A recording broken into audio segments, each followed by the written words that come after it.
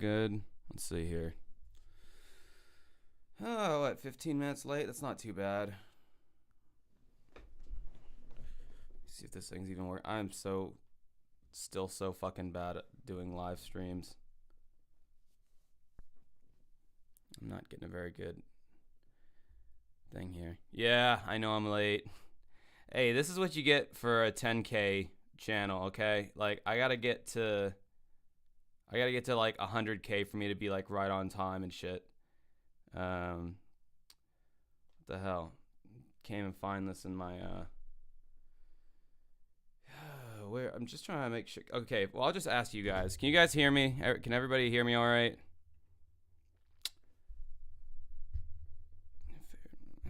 All right.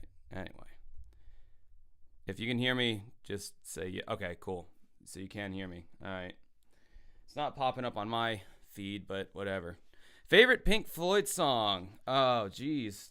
That's a hard one. My favorite Pink Floyd song would have to be... Oh, man. If I had to pick one that just really got me into the band as a kid, it would be Welcome to the Machine off of Wish You Were Here. When my dad put the headphones on me when I was like 8 years old, and it was like a Sony Walkman, and he had the Wish You Were Here cassette, and I listened to Welcome to the Machine as a kid. Like, that shit was like magic. It was amazing. So yeah, anyway, thank you everyone for joining me tonight. 10,000 subscribers, good Lord. I mean, that's not that great, but you know, it's better than where I've been. It's better than how I started out, certainly. I think it took me a much longer time to hit 10,000 than it has a lot of other YouTubers. Dude, I know YouTubers who have been on the channel for a year, 2 years. They're already at like 500,000 subs. Now, granted, a lot of them are like drama channels and like tea channels, but yeah, I don't know. I shifted around too much, I think, when I first started my channel. I went from like, I thought like, oh, well, if I do a video about like a bunch of different topics every week, then I'll get everyone.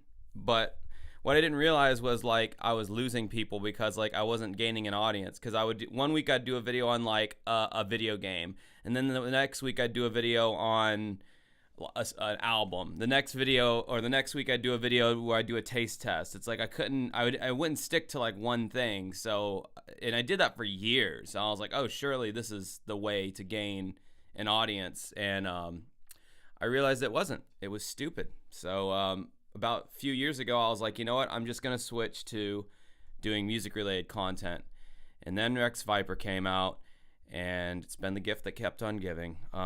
That's definitely not where most of my subscribers came from, but it definitely was what helped like boost my signal to push me to the 10K mark or whatever. More people here than your childhood birthday parties. No, not yet. Well, I don't know. We have 10 concurrent viewers, so yeah, maybe we're getting there. Thank you everyone for the congratulations for the 10K. Thank you Wimbles for loving my channel. If I could pick any band or musician to play with, who would it be?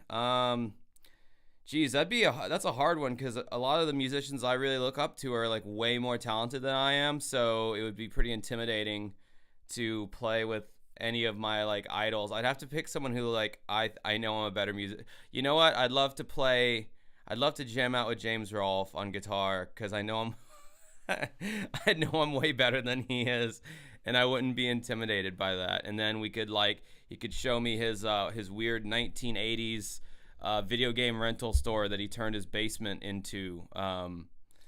Talk about like a delusional level of like living in the past and just collecting a bunch of shit that you're one day gonna have to get rid of, or your family members are gonna have to get rid of when you die. Like he's got all those VHS tapes and all those like all that, just all the stuff that goes along with like a video rental store. He's got like the desk and the old school computer. It's like just when people get that nostalgic about shit, it's like, how bad is your life now that like that one time in your life was like the last time you can remember being happy. So like you have to base your whole life around like turning everything into that, replicating that one time as close as possible, like turning your basement into a fucking like old Blockbuster or something, because like that was the best time in your life, you know?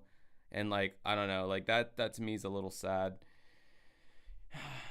Good Talk HQ, your videos are consistently entertaining. Thank you, sir. I do put a lot of effort into these videos, even if sometimes I might release a video where I'm just kind of more talking than I am anything else. I still try to like, I use a teleprompter now for a lot of my videos. I didn't for the Rex Viper video because I figured I needed to raw dog that one and just go in and have a little bit of notes on the side, but I just need to go in and kind of like attack that one full bore with no notes or anything, so I could put my full emotions into it. But for a lot of the videos I've been doing lately, I've been using like a teleprompter, and that's allowed me to have way more elaborate like scripts, and the things that I say I feel are more compelling because I'm reading what I wrote down. I'm not having to go off the top of my head and be like, you know, because I do that a lot when I'm off script. I say like a billion times. I say like a billion times.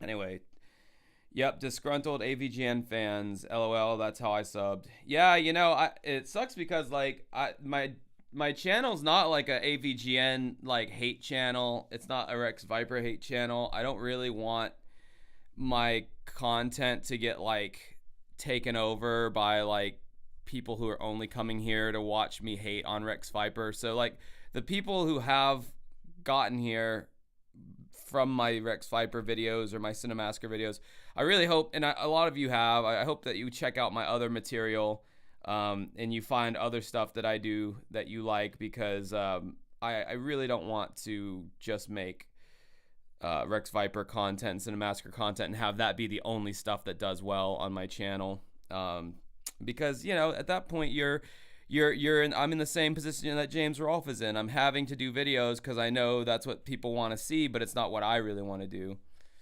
I can't believe you don't like Digging in the Dirt by Peter Gabriel. Yeah, you definitely watch my videos.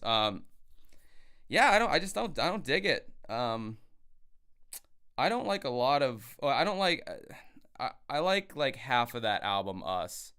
And then the other half, like Kiss the Frog. I mean, come on, that song sucks. But I don't know, I just didn't feel like, this time you got too far.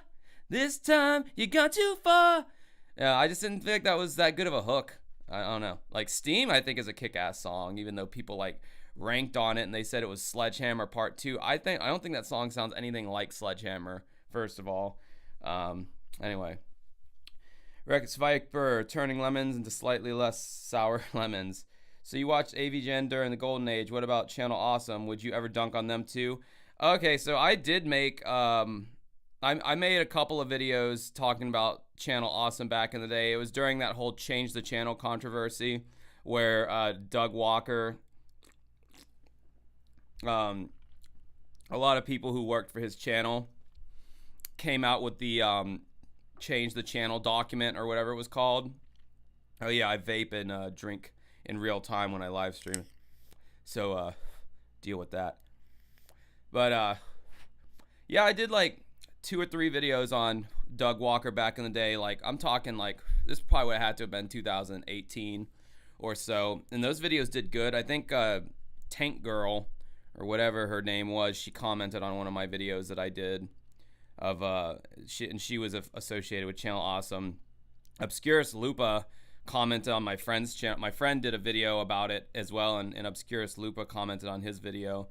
Our opinions were totally different though, because like I was like, my whole take on it was, boo-hoo, you signed up to do a shitty video with a not very talented movie director, and oh my god, things on the set were unprofessional, you don't say. It's like, you know, come on, Mal.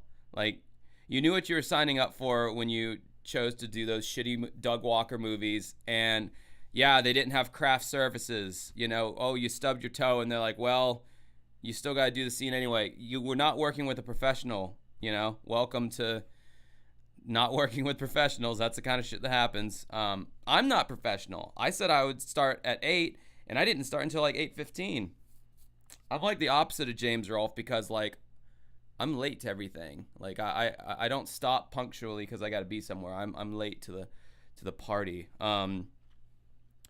What else we got in here? If Rex Viper ever decide to release their debut album, would you review it? Yeah, I would have to, wouldn't I? At this point, like I have to finish what I start.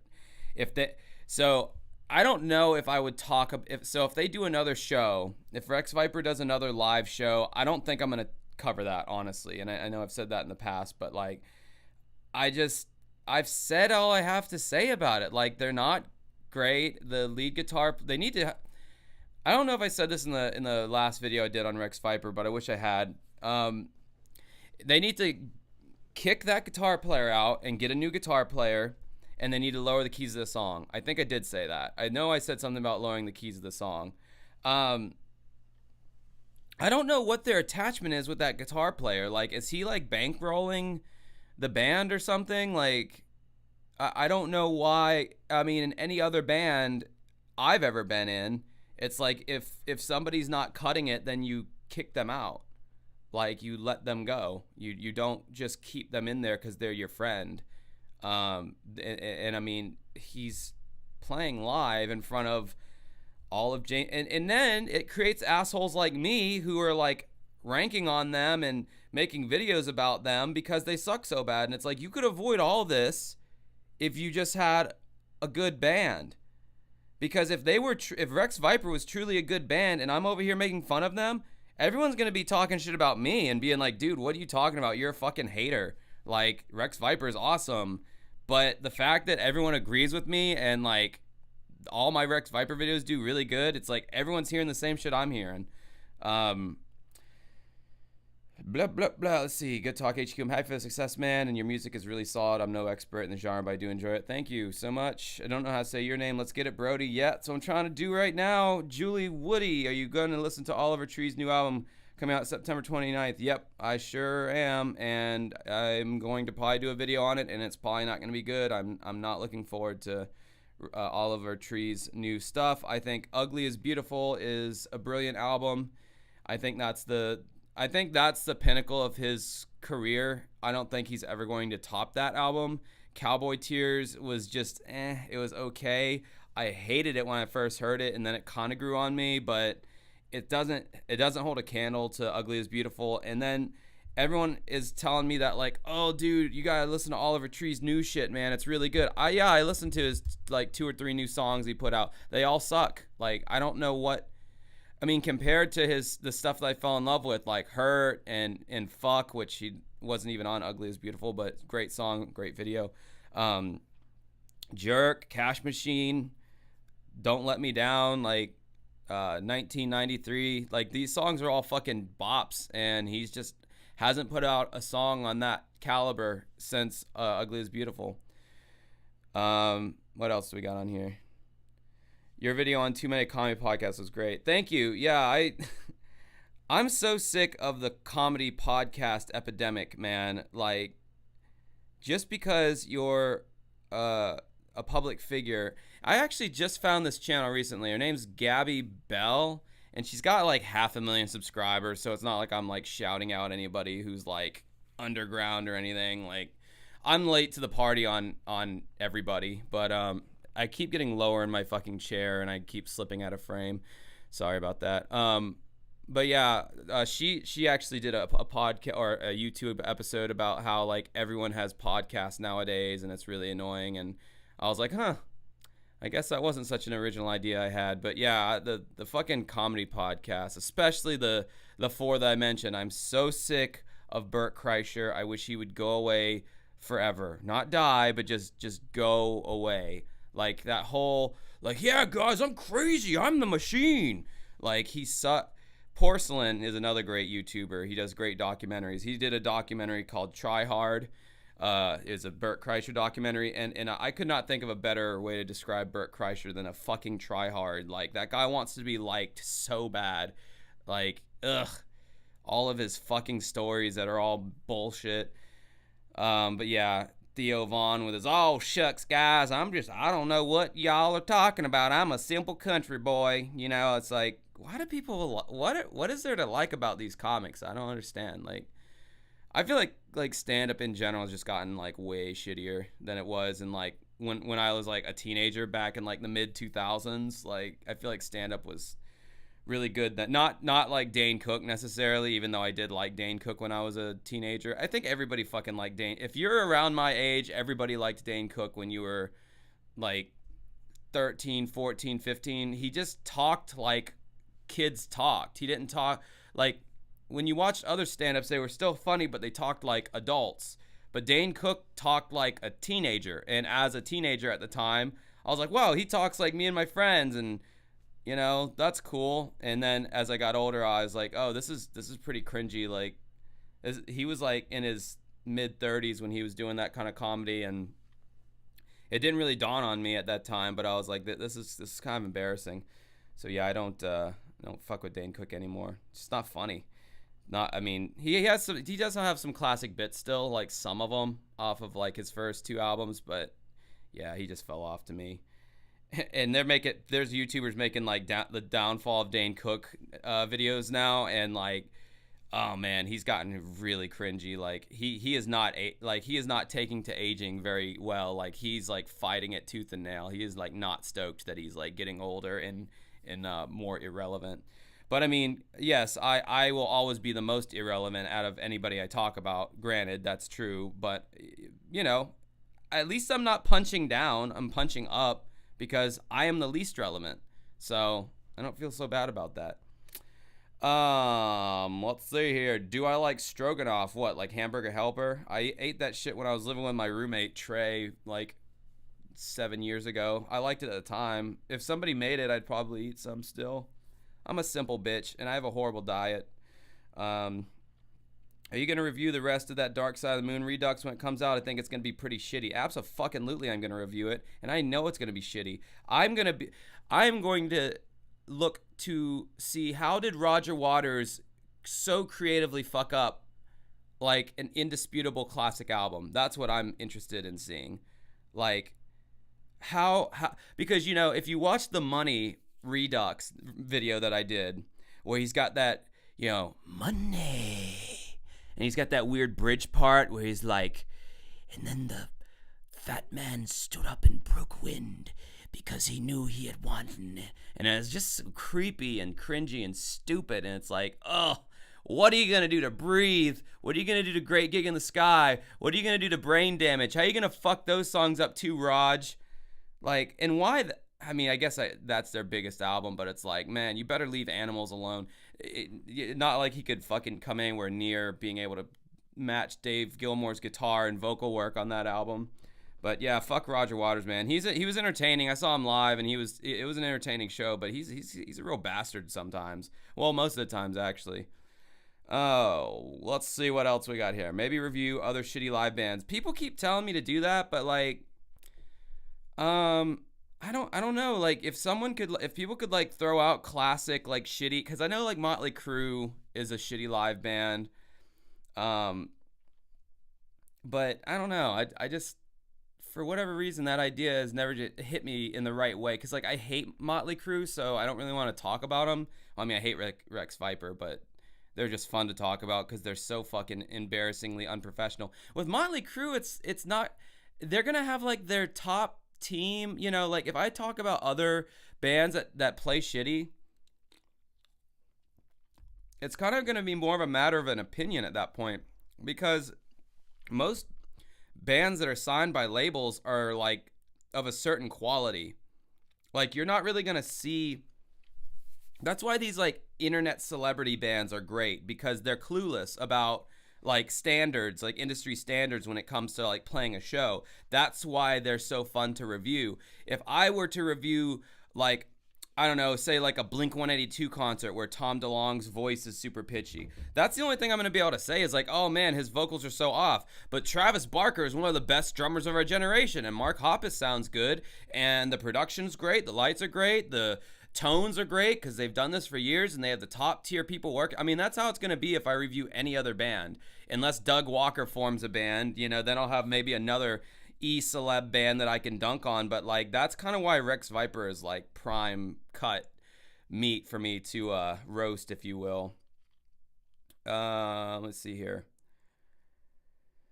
Blah blah blah blah da da da. What? RoboCop. Damn it, Bobby! I keep fucking scrolling. I've lost my place now. I guess I've run my yap already, or too much, and I've lost my place. Okay. He already did. What flavor are you smoking? RoboCop, aren't you one of my trolls? I don't know if you like me or if you don't like me, but I know you're on all my live streams. This is strawberry kiwi. That's what flavor my douche flute is. Mike Coolgreen, do you believe Bimmy Rolfe is being cucked? So I posted something on the Cinemasker Truth Forum and it got deleted. And it was just a fucking hilarious thought I had in my head the other day. Like, I want to write a fan fiction where James Rolfe's wife was cheating on James while he was out looking for the Rocky Mountain. The mountain in Rocky. James Rolfe's friend Jerome comes over and gives her the business while he's out looking for the mountain in Rocky. I just think that's a funny idea. Like, oh, fuck him. He's looking for a stupid mountain in Rocky. Come here and show me what a real man can do. I don't know. I'm just kidding. Thank you for the congratulations. Why did your drummer leave? Do you have someone new now? Oh, thank you for keeping up with my life so intimately that you would know that. Yes, Saturday was our current drummer's last show. We do have somebody lined up, but they live in another city, which sucks, but they're really fucking good. Our current drummer is solid as a motherfucker. Like, this guy, you put on a metronome and he never misses a beat. Just the perfect rock drummer. But he's got a big boy job now. He works in finance. He's got a girlfriend that's like 5 hours away. And he just doesn't want to do music anymore. He's grown out of it, I guess, or he's lost the passion. I don't know what, but he driving in the van 2 hours to play a show, having band practice, all the things that go into like being a band. He just doesn't dig it. He doesn't like doing it anymore. And you kind of need to like doing that, for it to be worth it to you. So, it just wasn't worth it for him. I won't lie, so excited to see what you'd say about it, but you don't want to make any more videos on it. That's okay. Oh, you're talking about Rex Viper? Yeah, I don't. If, like I said, if they play live again, don't expect another video from me. But if they put out their album, yes, I'm definitely gonna talk about that. Oh, let's see here. What does it take to really gel with bandmates? Like, how important is it having compatible music sensibilities versus getting along personality with others? I think it's really important that you have like compatible music sensibilities. That's probably like the most important thing.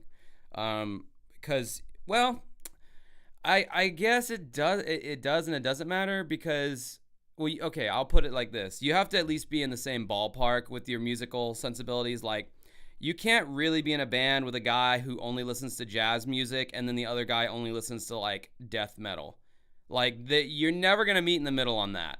Like, you might, and you could form a really interesting band that way, but you kind of have to have people that, like, okay, I like this genre of rock, say screamo, and I like this genre of rock, let's say indie rock. You're going to somewhere meet in the middle on that, and you'll be able to work together. I personally, Dancing with Ghosts is my band. I started it way back in 2015.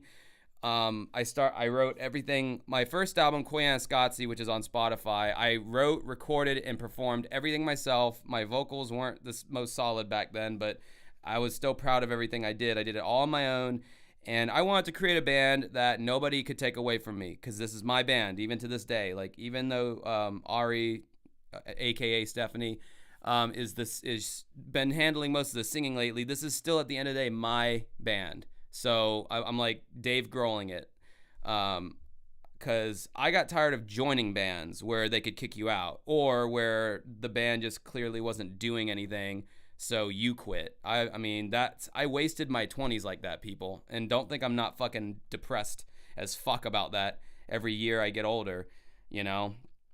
Like, wasted my fucking time with stupid ass people that weren't serious about, you know, the band, and I would give them 2 or 3 years of my life with one band, and then I'd quit.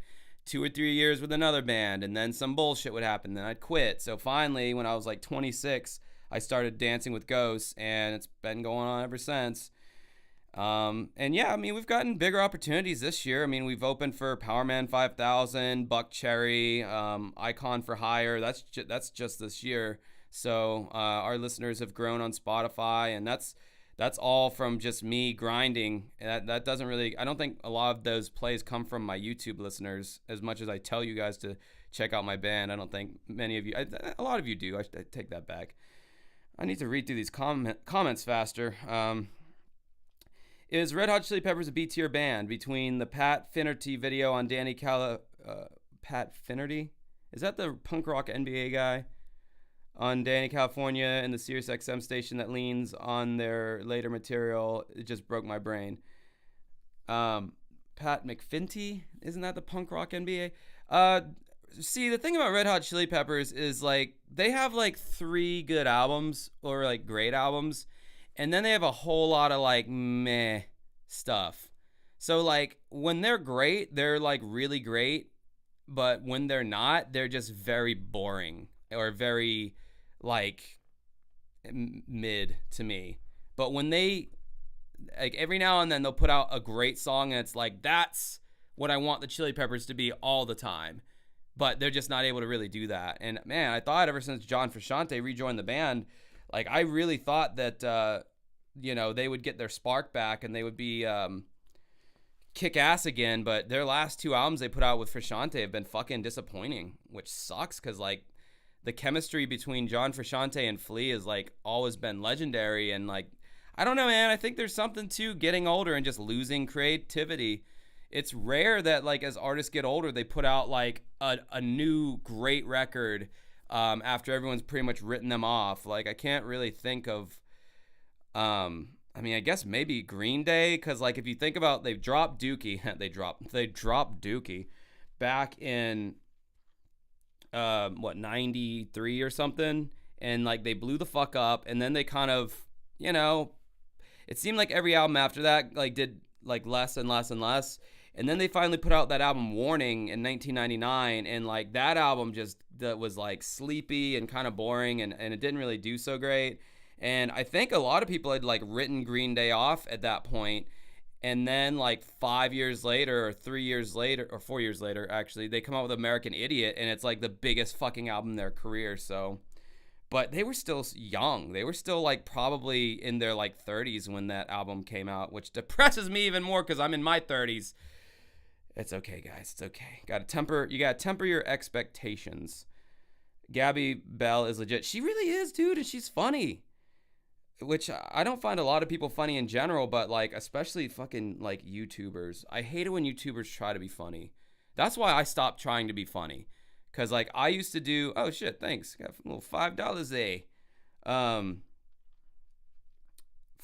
I tried to be funny when I started my channel.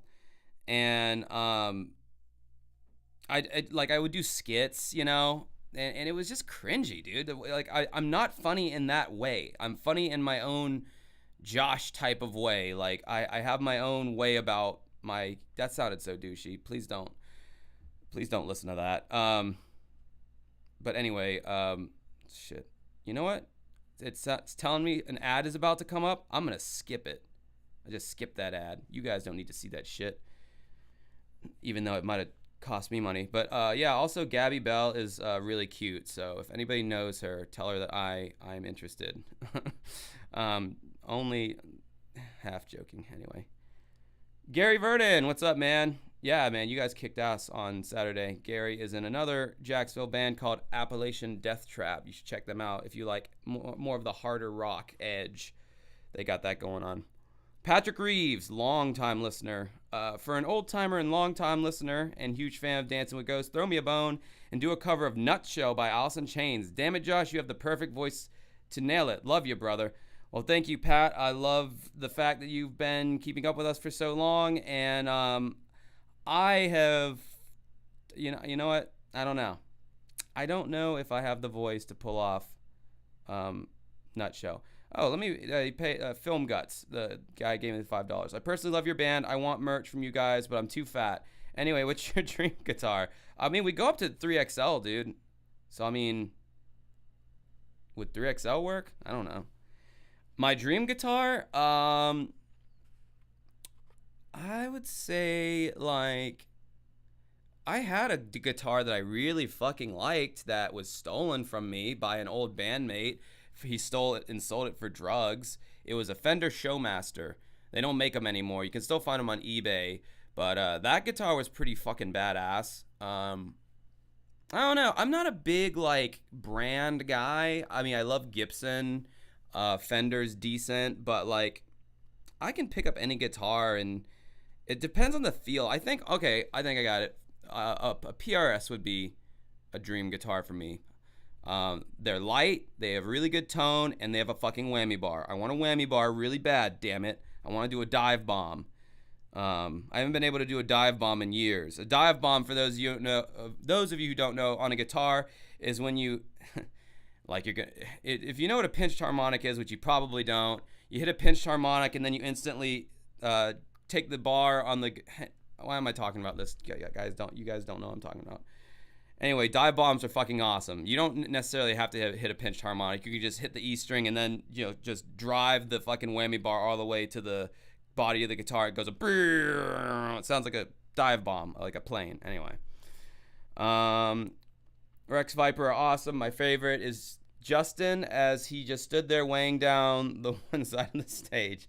Hey, if you guys notice in my last Rex Viper video, I did not mention Justin's weight whatsoever. So, anyone who said I was too hard on him or whatever, hopefully your tears subsided when you watched my last Rex Viper video, because I stayed away from his weight because he's trying to lose weight, and good for him, I hope he loses weight and gets healthy, and if he had any kind of if Justin went up there for that first concert and he opened his mouth and had this amazing vocal, this amazing singing voice, I wouldn't have said shit. But the fact is he was a talentless sponge, sponging off of James and his accolades and what James has built, and he was just up there just to fucking bask in the adoration of a bunch of people who don't give a fuck about him. But he liked to pretend that they did. Dude, they're all there for James Rolfe. That is it. That's all it will ever be. And the faster that people at Screenwave realize that, the better. And I think that's why the podcast stopped. That's why everything stopped, because it's like nobody cares about these other people. Like, the views weren't doing shit. Like, people like me were bitching about it. Sorry I'm doing all this weird shit with my legs, but the longer I sit down, the more flat my body wants to be. So I end up doing all this weird shit with how I just can't sit still for a long period of time. Okay, let's see what people are saying here. Congrats on 10K. Thanks, DJ Donley. What do you think of tribute bands? Congrats, by the way. Cheers. I think tribute bands are great. I think for a lot of people, seeing a tribute band is the only way you're ever going to get close to seeing a band where they've either broken up indefinitely, maybe some of the members are dead, like Nirvana. I've seen a Nirvana tribute band, and they were really good. And it's what's great about tribute bands is if you're doing it right, you get all this. You try to get the same exact gear that the real version of the band had. You try to get the same look, so it's not completely off. And that's kind of the funny thing about tribute bands that they never usually get right, is there's always a fat bald guy who's taking the place of a dude who had long hair and was skinny and tatted up, and in the tribute band the guy replaced him is a guy 30 years older than him, and that's always kind of like disappointing. It's always nice when you can at least kind of look like the guys, like dress like them or whatever. I saw an REM tribute band. That's the closest I'm ever gonna get to seeing REM, because REM broke up years ago, and I think they're one of those bands that when they say they're broken up, they mean it, you know. So I like tribute bands a lot. Oh, the hurricane's already coming. I hear the rain right now. Hurricane Dildoya. I don't know what it is. I live in Florida, people, if you didn't know. And yeah, apparently it's hitting us tomorrow. So as I sleep tonight, it's probably going to, because I go to bed really late, it's probably going to pass over me or whatever. So pray I don't die, I guess. That'd be cool.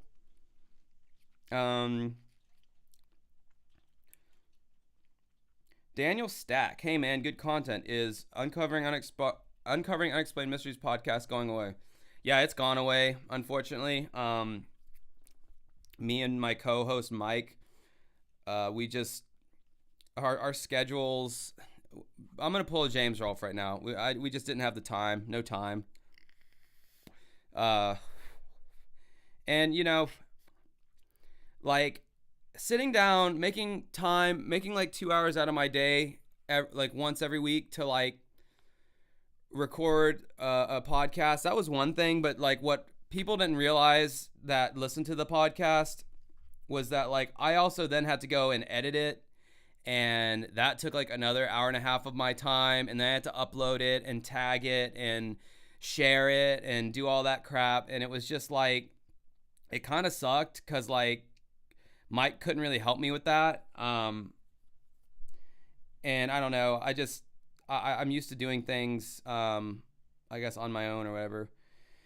So it just became too much shit. So I just was like, him and I both, our hearts weren't in it anymore. We got tired of talking about true crime.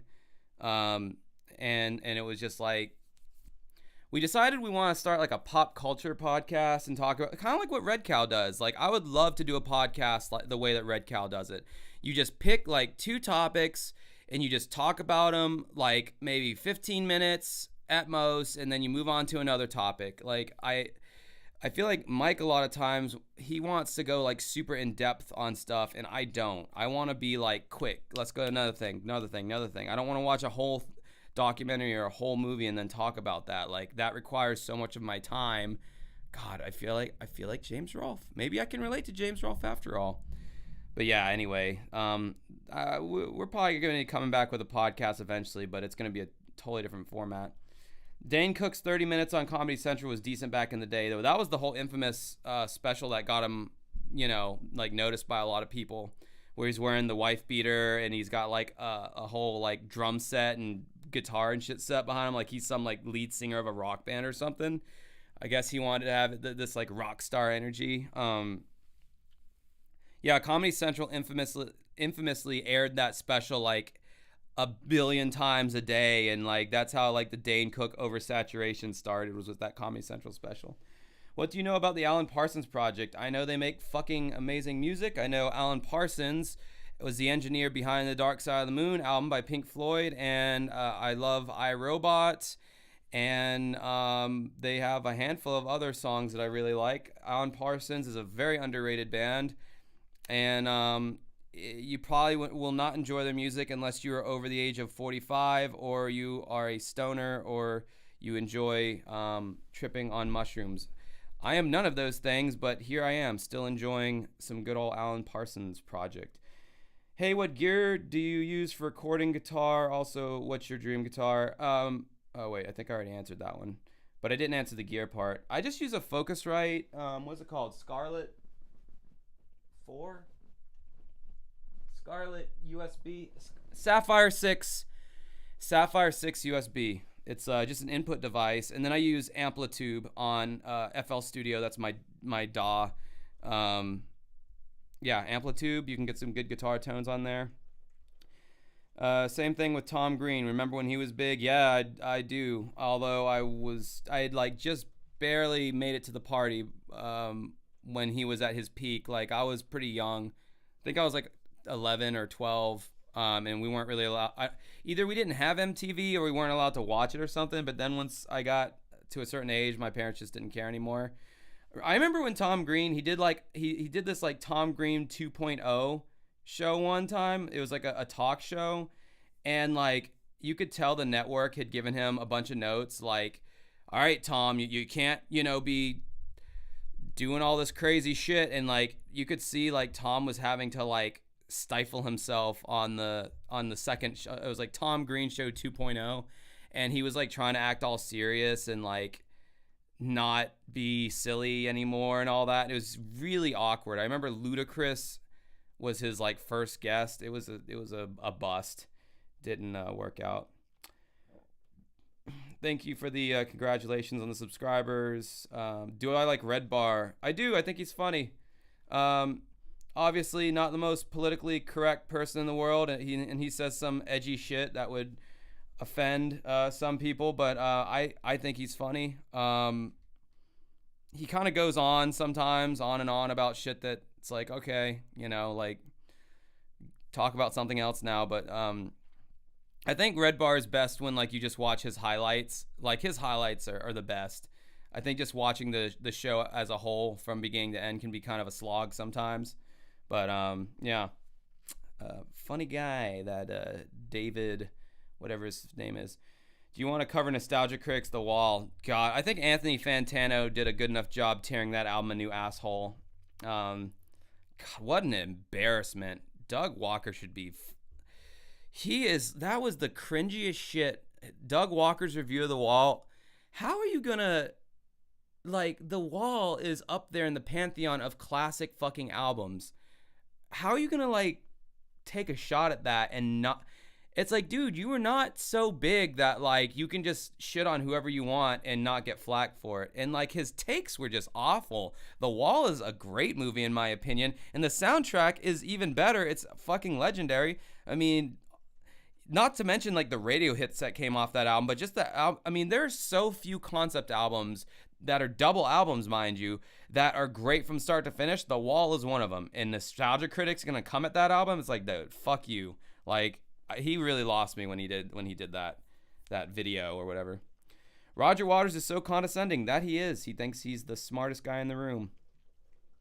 Do you think the reason why Justin was cut was due to the heavy machinery required to lift him on stage, eating into their budget? That's funny. Red Bar is watching. Okay. Why would Red Bar be watching me? What would I have to offer him with my 10,000 sub ass? I don't think I'm spicy enough for Red Bar to want to talk about. How do I become a Dancing with Ghosts groupie? Just listen to our music on Spotify or Apple or anything like that. Whenever we release a new piece of merch, buy it.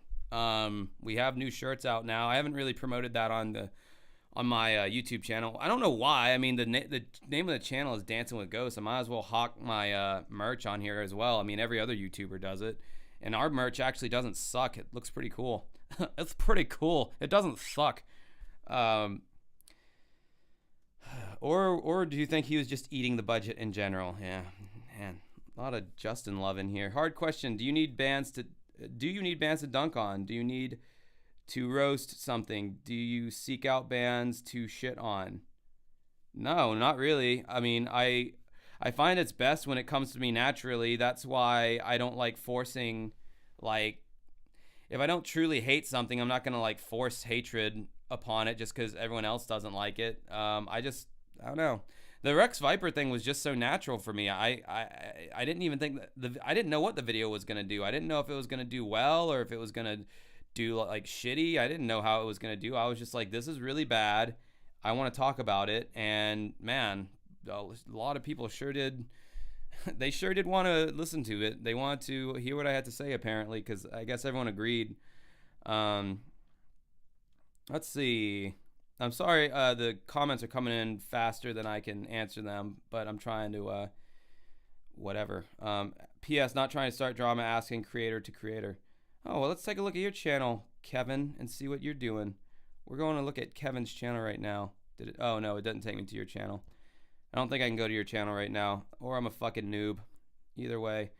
No, Kevin, I just let it come to me. Like if I happen to find, or someone will let me know about something. I guess that my channel's gotten a little bigger now. People will like let me know about things I should be talking about, or things that would be of interest to me. They'll be like, "Hey, man," but like I got tagged on the subreddit, the Cinemassacre Truth subreddit when the Full Rex Viper video came out. Someone tagged me in that.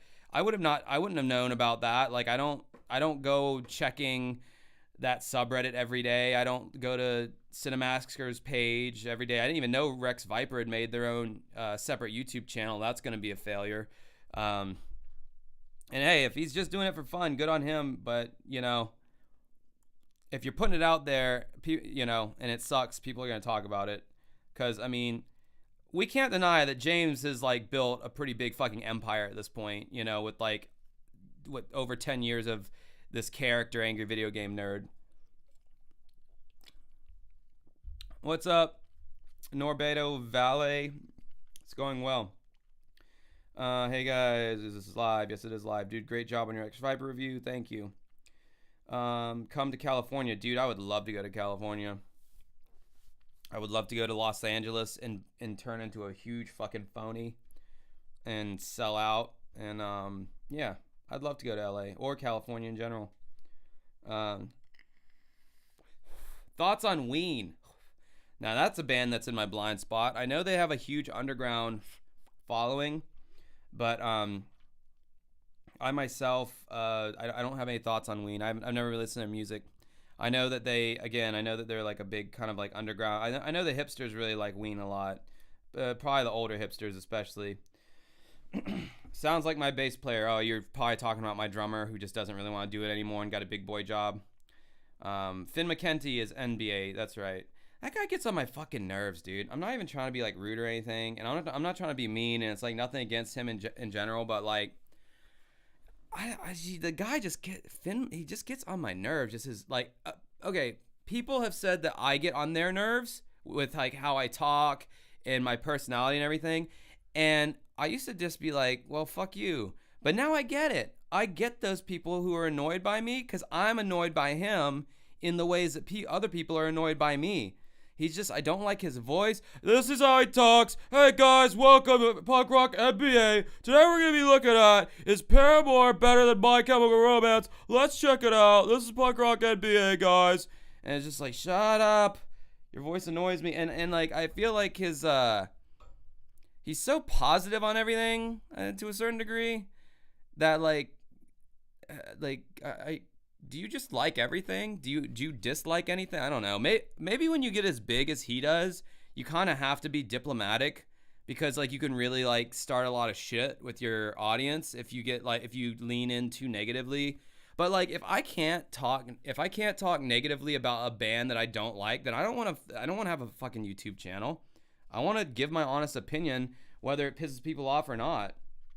And I feel like he kind of can't do that because first of all, when you get as big as guys like Finn gets, if you talk badly about their a band, that band actually might watch your video, and you know, like you might burn a bridge. I think my channel's still way too small to be burning any bridges, so yeah, I'm not worried about it in that regard. Pat Finnerty is different from the Punk Rock NBA. Look up Pat's What Makes This Song Stink. It's a direct parody of Rick Beato, whatever.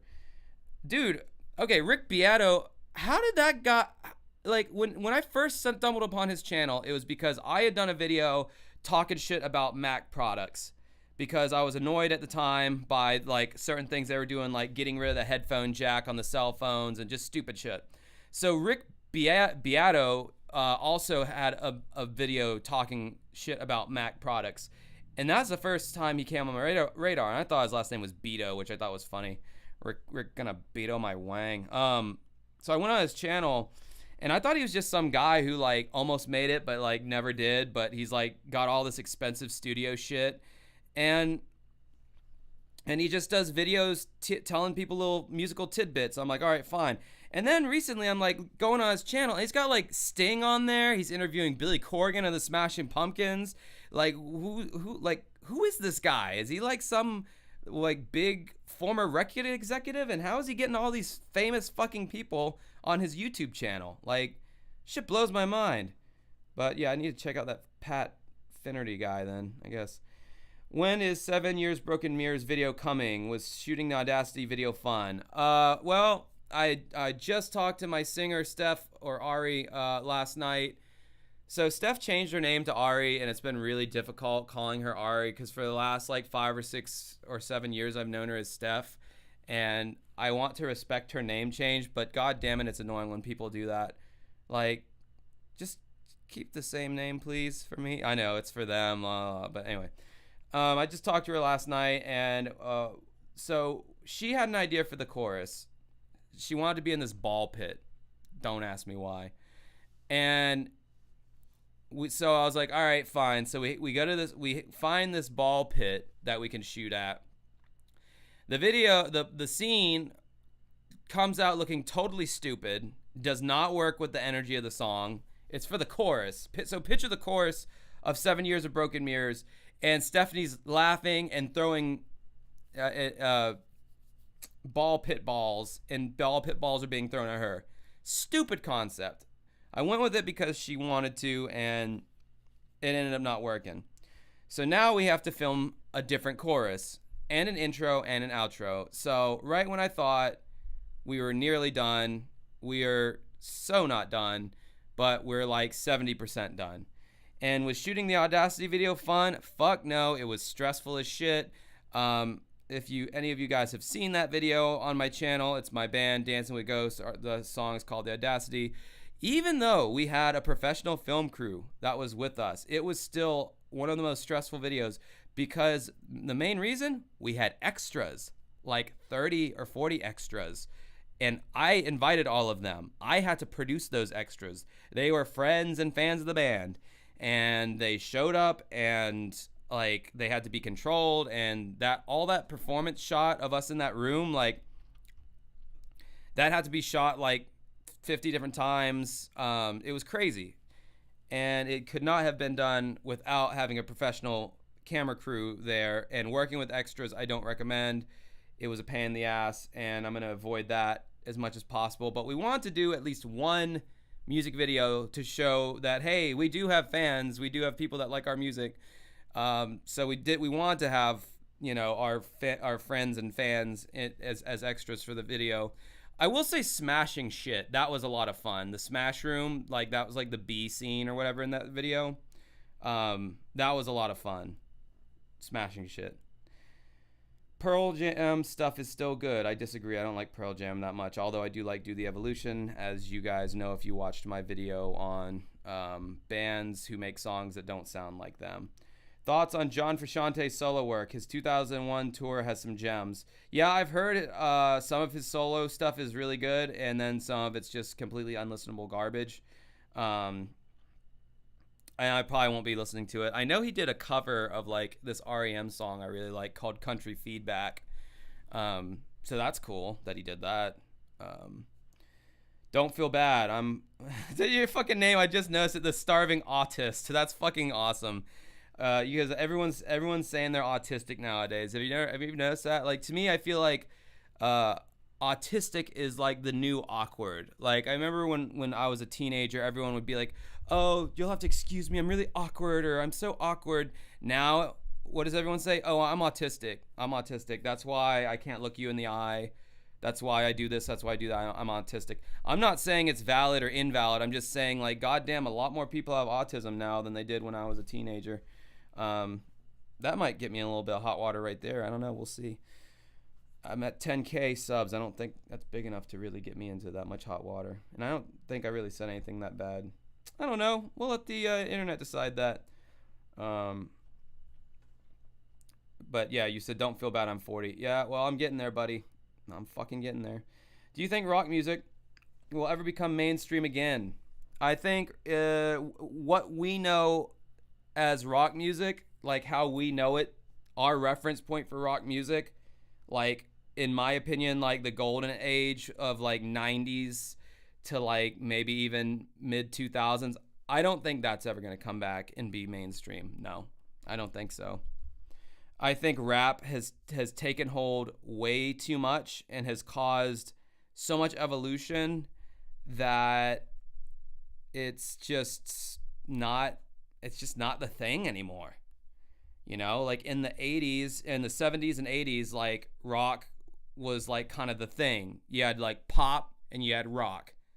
And that was like the two mainstream, those were the only two mainstream forms of music on the radio. It was like rock and pop.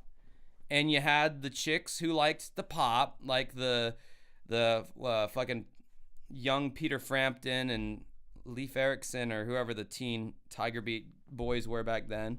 And then you had the people who liked rock, which were like the dudes and the rocker chicks. And it was like that binary that it was like, it was a lot simpler. And I know it's like cliche to be like, oh, the olden days were more simpler time. It really was, though.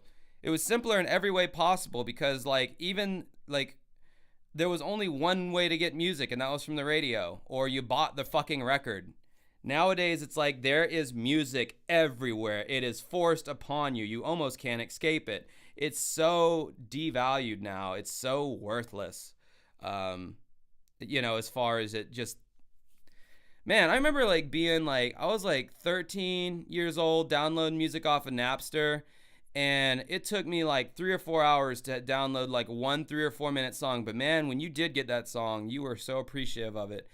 And the internet speeds were so slow that it was still faster to just go buy the CD than it was to pirate it. Like when everyone got like DSL and above and beyond DSL, like it was all over. People started going to like File Donkey and BitTorrent and downloading whole ass albums, and it would only take 10 minutes to download the whole album, if that. I think that's really was like, that was the end. And then after that, and then when Spotify and all that came in, and then now you got like TikTok, which heavily uses music, and Pandora, which is free, YouTube. I mean, yeah, it's kind of, yeah, rock's never going to be mainstream anymore. I know that was kind of a tangent, but going back to the original question, I just don't, I think hip hop just came in and it changed, it like altered people's DNA to where like they just can't have like an appreciation for rock like they might have when they were younger. Also, people are really dumb, so whatever you feed them on the radio or on TikTok or on YouTube, whatever you're pushing out front is the thing that they're going to listen to. And last time I checked, pop radio is not trying to push rock music like it did. Can you believe that when I was a child, I remember WAPE is the pop station in Jacksonville, where I live, for any creepy people out there who are wanting to stalk me. Let me just dox myself real quick. WAPE, the pop station, was playing Gin Blossoms when I was a kid, which are post-alternative or post-grunge. They were playing Soul Asylum. They were playing Hootie and the Blowfish. Now, granted, Hootie and the Blowfish are not alternative, but, you know, they had guitars and they were a band. They were playing bands on the pop station. Now, granted, this is the mid-90s that we're talking about here. Nowadays, I think the last band that they probably played on the pop station was like Maroon 5, and I don't even consider them a band. I really don't. I think that I don't think anybody in that band really writes any of the songs. I think they have outside song. They might have been a band when they first started out, but anyway, fuck Maroon 5. I don't want to spend any more time talking about them. But no, sadly, Alex, we're kind of, I don't know how old you are, but I'm about to be 35. I think we're the last ones who really knew what it was like to grow up, you know, during the time when rock still had a seat at the table. I'm skipping another ad that was coming up that was going to show to you guys. I just don't want you guys to have to look at advertisements. I want you to listen to me talk because that's the kind of narcissist I am. Being naturally funny doesn't mean you can turn it on and off at will. I've already kind of forgotten the context of where that comment fits into what I was saying. This ain't a scene. It's a goddamn alright. I love that. Every time I see that username, I think it's funny. I know you watch a lot of my stuff, whoever you are, but I think your screen name's funny. Bonnie Raitt was 40 when she made it? Really? Bonnie Raitt was? She was the let's give him something to talk about. Well, that's great, I guess. It's surprising that the music industry would have allowed a female to be 40 years old to like put out a record. I know that sounds fucked up, but that's how the record industry is. They are ageist and sexist as fuck. And if you're a guy, you might be able to get away with it. But if you're a woman and you're like past like your early to mid 30s, as far as the label's concerned, like you're garbage. You know, as far as your viability for selling records and all that. Thankfully, Dancing with Ghosts isn't trying to be a sex symbol band. We're just trying to make good music. So, like, hopefully our age won't matter as long as we can still rock and roll. And we don't... I think when our faces start getting, like, all prune-like and shit, you know, it starts getting, like, kind of sad. Maybe we'll hang it up then. But I don't plan on doing that anytime soon. Unoriginal says, thank you for posting your opinions on Steely Dan. Yeah, fuck Steely Dan. My parents forced me to listen to Steely Dan growing up. I hate Steely Dan. I hate Donald Fagen's voice. I think all their songs are corny. They have some very talented studio musicians. I will give them that, but I hate their music so much.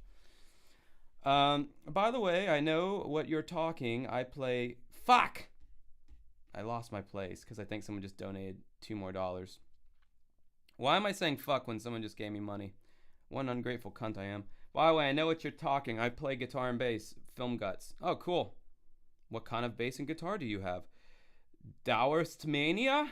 Have you ever seen the doc, Why Am I Doing This? A film about touring? Yes, I believe I did, actually. Yeah, I did see that. Was that the documentary where that one band had like a scrapbook of all the shitty hotel rooms they had been in and all like this blood stains and cum stains and just being on the road and still not really like making it. I do like watching stuff like that, but then I don't because it's like, well, fuck, that's what we're trying to do, and it kind of like takes the wind out of your sails because it's like, well, damn, if they still haven't found success and they did all this shit, like, why should we? But I think our music's better than theirs, so nah. Lucas Brown, have you tried the Rush beer? No, I have not. They don't sell it. I don't think they sell it where I'm at. Have you tried it? Is it any good? I don't particularly care for when rock stars make their own soap or hot sauce or beer or whatever. I just, you know, I'll leave that to the people whose life goal it was to make soap or hot sauce or beer, because I feel like they're going to put more of their heart and soul into it than someone who's like, well, we don't really tour anymore, and I got a lot of money and free time. Fuck it, let me slap my name on, you know, they gave me a bunch of samples to try, and I liked this one, so I said, all right, this is the Rush beer. I'm not saying that's what Rush did, but all those, like, rock star beverages and crap they put out is stupid. Agreed on tribute bands. Peter Hook and The Light basically is basically that for Joy Division. Saw them in 2014, and it was the best show I ever went to. Yeah, see. What do you think of Billy Corgan getting into wrestling over the past 10 years or so? I saw Smashing Pumpkins in April, and there was wrestling in between, and it was all really good. Wow. That's crazy that they would... I mean, it makes sense, I guess. I don't care, you know, that he got into that. I mean, it's... Billy Corgan is such a weird motherfucker, and I don't know if I'd ever want to meet him. Maybe I would. I don't know. If I got the chance, I probably would, but he's such a weird dude.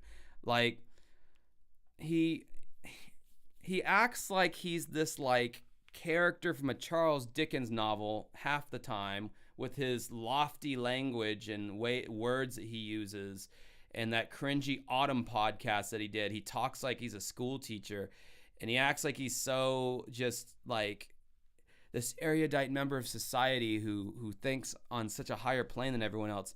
And then on the other hand, he owns a goddamn wrestling organization, and he's into like that Carnival Barker-esque level of entertainment, and it's like, this guy is just a weird guy. But I love the shit that he made in the past, and I'm just gonna stand by my man. What can I say? Kyle S. I've been to 2 NWA shows this year. NWA, yeah, it's his wrestling thing. I mean, I would go to one if it was in my town and convenient. I went to WCW, like 2 of their events when I was like 8 or 9. It was obviously it was a house show, so I didn't know this at the time about like house shows and how they don't put the real good matches on until the televised versions. So they'll do these like what they call house shows where they'll have the wrestlers come out, but there's nothing really on the line, and that's what they like tour. They take on the road and they tour with or whatever. Anthony Cumia looks like. Oh, I love the randomness of these comments, and I love that like you guys like seem to like all the same stuff I like because I Beige Frequency, which is another great channel. He did this 4-hour fucking documentary on Anthony Cumia. And I have seen that thing like 2 or 3 times because he went so in depth on this guy from Opie and Anthony. And I never even listened to Opie and Anthony growing up. Like I heard about Bob and Tom, and they were pretty funny, but I never heard of Opie and Anthony. And apparently they're these really big New York guys who were like trying to compete with Howard Stern, and they had like all the great comics on there back in the day. And I mean, some of the clips in that show were hilarious, but yeah, Anthony Cumia, like, he, like, went off the fucking rails, dude. Like, it's kind of sad because, like, you kind of wish that show was, like, still around in its full glory. Like, it's like, fucking, now this is, like, this dilapidated old house with, like, Jim and Sam. Oh, my God, I hate Sam Roberts so much. Like, I love Jim Norton, but Sam Roberts is, like, such an annoying piece of shit. But no, Anthony Cumia does look like someone that would smell. That's very accurate. I'm glad they took the belt off Tyrus. Okay, I'm assuming that's some wrestling thing. Hurricane Party. Jordy is also going to be dealing with the hurricane. She lives in the same city as me. I would like to see Fast Fashion Depeche Mode tribute. Yeah, I want to say they came through Jacksonville, and I didn't see them, and I feel really bad. I think it was on a night that I had to work. But no, I would have loved to have seen them because Depeche Mode, the actual Depeche Mode, was supposed to come to Tampa years ago, but then a hurricane came through, and they had to reschedule, and I don't know if they ever came back. Can you give me a shout out? Also, I make music visualizers. Hit me up if you need a designer. Sneak. All right, Sneak. See how much my power of my 10,000 subscribers. See what that does for you, Sneak. See if you get any business from that. I'm pretty sure you're gonna have to have a little bit more subscribers than me before what I say has any weight. But you know, good for you. You make music I make music visualizers. I can make them. I've made lyric videos for several of my songs, but it's a pain in the twat. So maybe I'll have you make my next one. Red Cow talks about politics too much, says Daniel Stack. Don't do that. You're also the same guy that says Anthony Cumia looks like he smells. Do they talk about politics? I watch almost everything Red Cow puts out because, like, Red Cow was the first time I ever found a podcast or a group of guys that, like, I felt like I actually just liked as people. And then when I got to collaborate with them, it was like, wow, like, I actually enjoy your content. I'm not just collaborating with you to gain anything. I just want to talk to you guys because I like your content and I think you're cool. So, like, because I've collaborated with people in the past and like it was a fun collaboration, but like I wasn't necessarily like their channel wasn't necessarily my bag, but it was still a fun collaboration. But with Red Cow, it was like not only like is it fun to collaborate with you guys, but I actually genuinely listen to all your stuff. I don't recall them talking about politics all that much, but I could be wrong. Are you going to stick your tripod to the ceiling too? I already did. I posted in the Cinemassacre Truth Forum where I did that as a laugh, as a joke. Man, sorry I keep itching my nose. These fucking lights, dude. My nose does not like it. I don't have anything to ask. I just want to congratulate you and your band for all the success you've achieved. Thanks, Eddie. I appreciate that, bud. Thanks, bud. Red Bar just makes fun of people that are more talented than him. I mean, true. That's what I do too. Manual Music. Have you listened to the latest Depeche Mode album? I've listened to the single. I'm not gonna lie, man. Their stuff, their last few albums haven't really done anything for me. I feel like after, what was it, Alan Moulder? Was that the guy that left the band? Whenever he left, that band kind of started to not be so great. I mean, they put out some good songs here and there, but like their like actual albums as a whole became like less important to me to listen to. All right, let's keep going here. Learned of you from Red Cow. Hello, Gypsy Biscuits. Hello, Gypsy Biscuits. I'm glad. Me and Red Cow, we just talked on Twitter the other day, and I'm going to be appearing on their podcast again. Not this Thursday, but next Thursday. And I'm going to be talking about their feature films. I saw 2 of them that they did, and we're going to be. I'm going to give them my thoughts on their movies, and probably talk about some AVGN related shit, because how can you not have me on their podcast and not talk about the fucking nerd?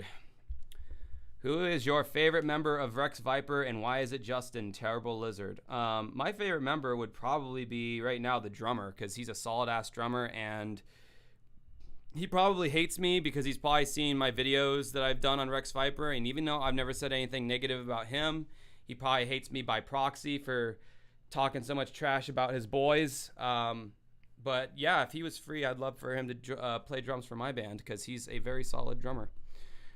That's my favorite member, if I'm being honest. Robocop again. Man, you getting all the comments in here. There's something that just pulls me towards Justin, probably the gravitational pull. Dude, you are such a good troll. I find you funny.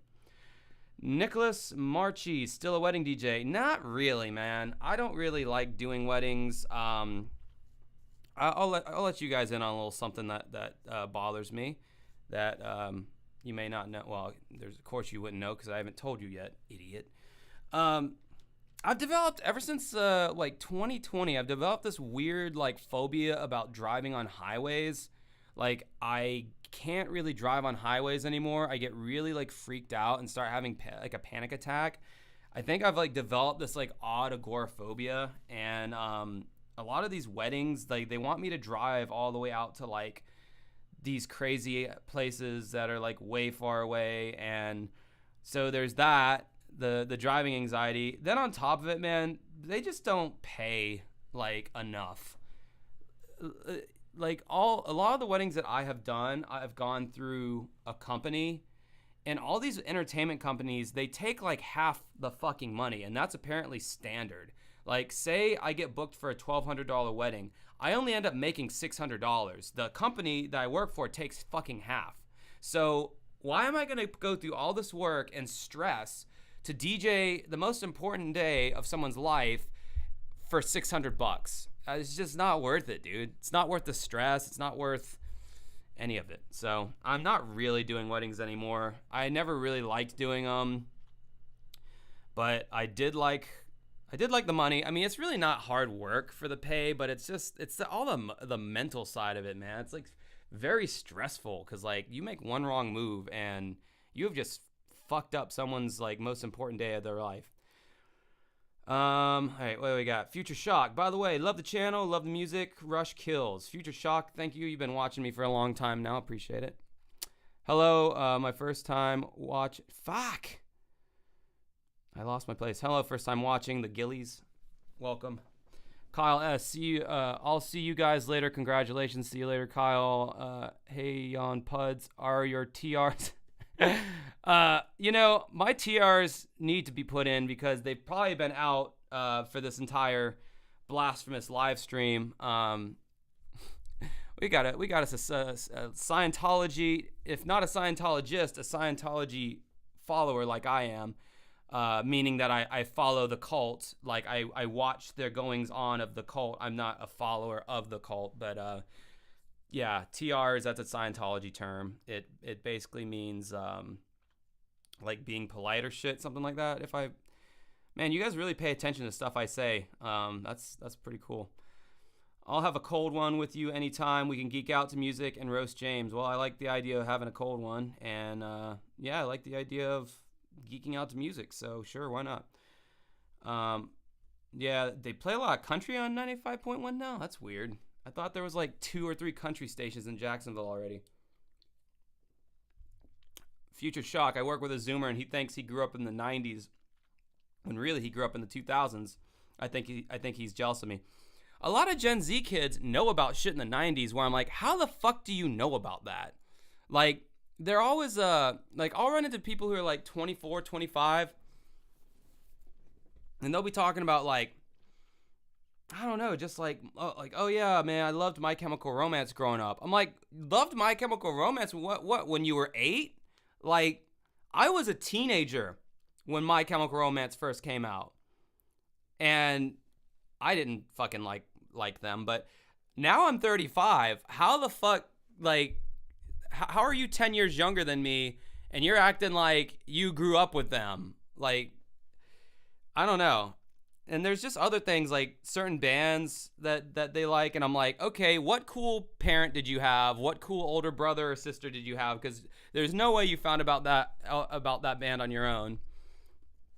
Gen Z, I do not understand a lot of that generation, and I don't really understand their humor either.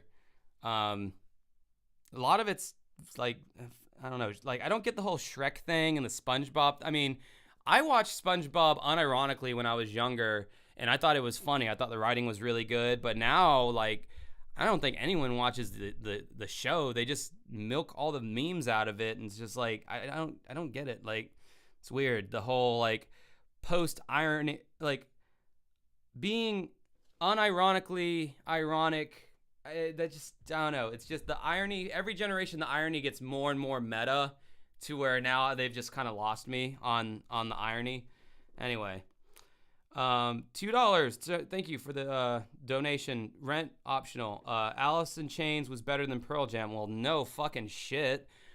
By a fucking country mile, they are better than Pearl Jam. The fucking vocal harmonies between Jerry Cantrell and Lane Staley are amazing. The riffs are darker, more evil sounding, more sinister, more gloomy, better. Not really much blues going on with Alice in Chains. So it's just more on the metal / kind of like Black Sabbath-y side of things. Meanwhile, you got Pearl Jam, which is just basically like a grunge blues jam band with Eddie's annoying fucking vocals. His vocals might have been novel at the time, but now they just get on my fucking nerves. They get on my fucking nerves. Shower Freak, pivot chords. I don't know what that is. You'll have to explain. Hey, dude, I think you dig this band. So Contagious. Their EP is locked and loaded. It was the last dying gasp of the pop punk heyday in 2010. I was never huge into pop punk, actually. Blink-182 and, like, Blink-182. That's pretty much as far as I go with my pop punk listenings. So, yeah, sorry. I was gonna say like AFI, Jimmy Eat World, but I'm like, they aren't pop punk. They're like emo punk, alternative rock, whatever. Planet Radio 93.3. Holy shit, Jams. You must live in Jacksonville. Yeah, that's old school right there. Planet Radio 93.3. We're gonna play Enter Sandman every other song, or no, it's like every 4 songs is going to be Enter fucking Sandman by Metallica. I swear to God, that was my life growing up. I'd get out of school, I'd get into the car with my mom, put on Planet Radio. Boom, doom, doom, doom, doom, doom, doom, doom, doom, doom, doom, doom, doom, bam, doom, doom, doom, doom, doom, doom, doom. Say your prayers, it's the one. Don't forget my son. It was like, God, I'm so sick of this song. It was so good at first, and now I fucking hate it. Best and lie. Ugh, God. Anyway, sorry, you got me on a tear there with that Planet Radio reference. Man, is my ass sweaty right now. If only one of you could come towel me off. That's my OnlyFans, though, that we do that kind of stuff. Thank you for the congratulations, Mike Mason. Rent optional. Billy simply can't sing anymore. It's sad. I agree. I think his voice sounds like crap now.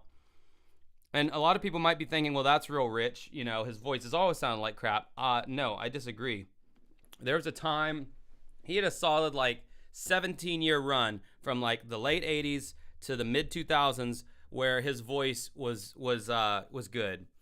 Great, actually.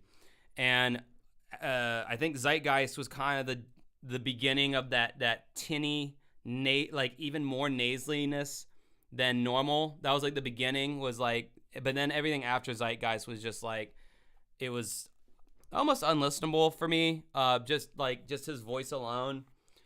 And quite frankly, that's been a huge problem with a lot of their albums in general lately is that I might be able to like some of it if his voice just didn't sound that way anymore. And again, I don't know if his voice just needs to be lowered the fuck down into the mix more. But yeah, it's bad. It's it was good nasally in the 90s, and now it's bad nasal. So there can be different degrees of nasal. This light is making me scratch my face like a fucking crackhead, and I don't love it. Billy Corgan is an Alex Jones fan. Yeah, I don't love that he's got those kind of fringe opinions. I don't like I don't like that he can hang with someone like Alex Jones. Maybe Billy sees that he's just an entertainer. Alex Jones is just he's a shock jock, right? I mean, Howard Stern is no longer the shock jock. Howard Stern is a little bitch these days. People like Alex Jones are the new shock jocks. And maybe Billy Corgan recognizes that and is in on it, and maybe that's why he's able to do it. But me personally, I'm not associating with Alex Jones. I would never do that. I think the dude's a fucking nut job. I think behind the scenes he's probably not, but just the fact that this is what he decided to build his brand on shows that he's got a pretty perverse sense of I'm willing to do anything to be successful, even propagate bullshit. Bimmy went on Opie and Anthony way back in the day, and it was a disaster. Yeah, I heard about that. Is there a video clip of James Rolfe on the Opie and Anthony show? Because yeah, I'd love to see that. Did he try to do the character? Because oh my god, if he tried to do the character, that would have probably been the cringiest shit ever. I gotta look that up now. You might have just given me an idea for a new video. Hold on, I gotta write this down. Baby, write this down. Take a little note. And if you don't, you're gonna finger my scrot. James Rolfe, Opie. I'm just gonna put O and A. All right. Thank you for reminding me of that. Shower Freak. Gavin McInnes being, quote, punk rock. Okay. A little bit more context might have helped there with that one. Pork Boy 23. I dropped a stupid amount of money on a single ticket for Depeche Mode. Yeah, they're expensive. They're running out of members, and I've never seen them live. Oh, so you dropped stupid amount of money on a ticket, and you're going to see them, I assume? I gotta tell you, man, I don't think Andy Fletcher really did all that much in that band. So, I mean, yeah, I know he passed, and that sucks and all, but, really the band from the beginning was Dave Gahan and Martin Gore. And then when Alan Moulder, and that might not be his name, but I'm pretty sure it is. When Alan Moulder joined the band, he added more of a heavier edge or whatever. But, I mean, Andy Fletcher, to my knowledge, the dude was never really that integral of a member. And he looked like Conan O'Brien back in the 80s, so have fun with that one. Oh, God, it dropped it again. Okay. I'm trying to catch up to y'all's comments.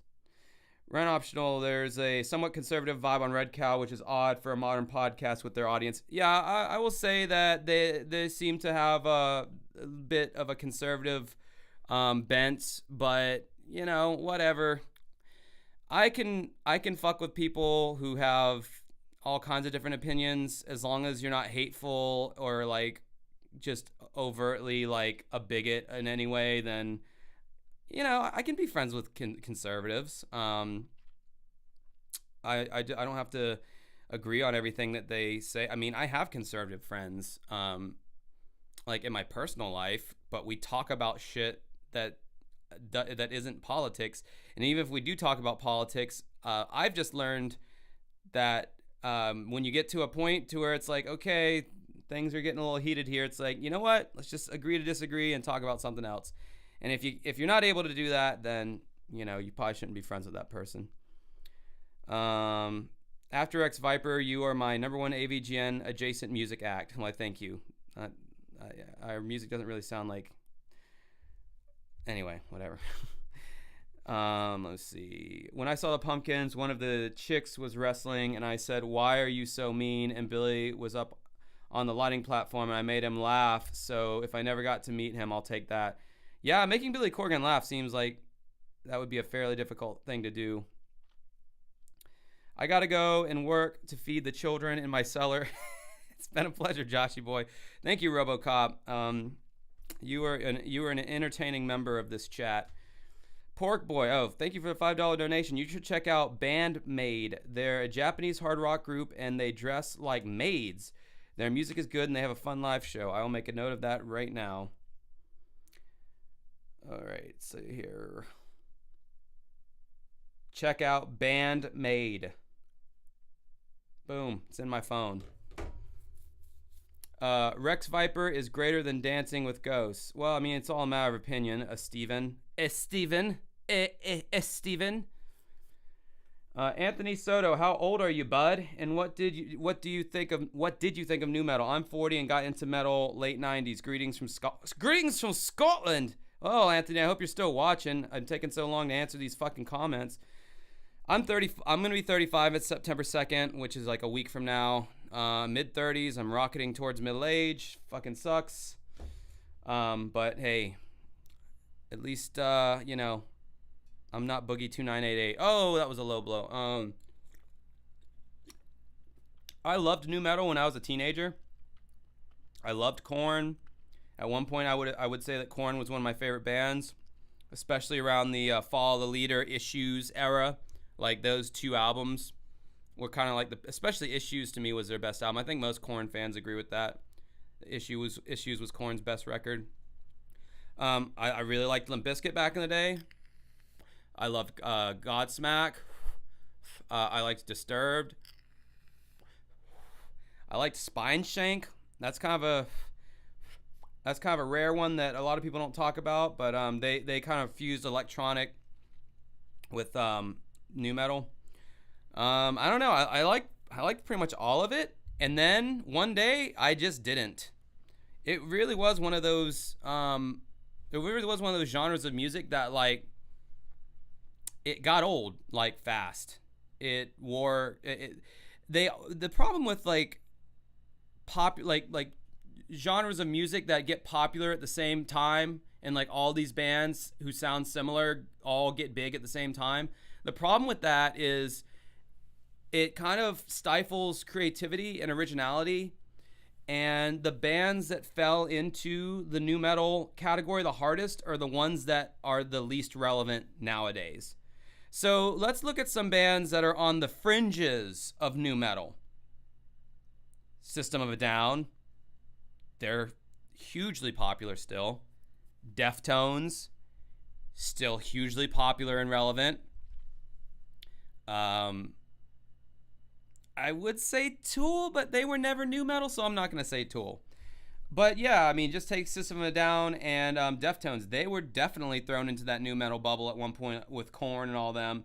And I would say, critically speaking, System of a Down and Deftones have way more critical acclaim and audience acclaim than all those other bands. Well, maybe not audience acclaim, but critical acclaim for sure. Man, my nose is just fucking going crazy right now. Let's see here. Animaniacs was awesome. Showing my age. Alice in Chains are better than Nirvana. I agree that Alice in Chains are better. But to be fair, Nirvana only put out, well, I guess they put out 4 records if you count Incesticide. Alice in Chains put out more material. Yeah, I don't know. I like Alice in Chains more than I like Nirvana. I think Alice in Chains, like, the older you get, the more you learn to love the subtleties of what they did. From the music to the the vocals, the melodies. I don't know, man. I loved how they were not afraid of doing like acoustic stuff, and they had a respect for that. Like Nirvana only really did acoustic stuff when they were forced to for the, well, not forced to, but when they did MTV Unplugged. Dead Beat Boy. My brother got me into REM, Stone Temple Pilots, and Nine Inch Nails when I was 7. I was a kid of the 2000s. Wow. Yeah. See, it's always the older brother that gets the younger kids into the stuff. You know. Movie Madness and Entertainment. Congrats on 10K and the new single, Josh. Still need to see you all live someday. Yeah, man. You do. You do. And you better wear the mask too, or else I won't know it's you. Pork Boy, our local rock station would play Enter Sandman on the hour every hour in 1999. The bluegrass band Iron Horse did a cover that kind of redeems it for me.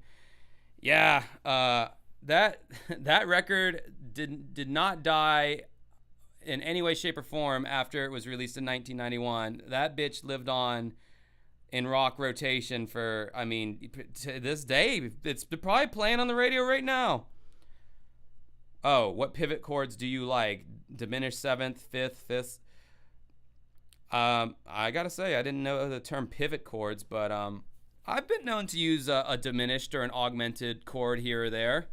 Not very often. I only really use it as some kind of a transition. Like if I'm, for instance, wanting to, I almost have to like bust out my guitar real quick to like show you when I would use a like a diminished chord. Hold on, let me grab my guitar. I'll show you what I'm talking about.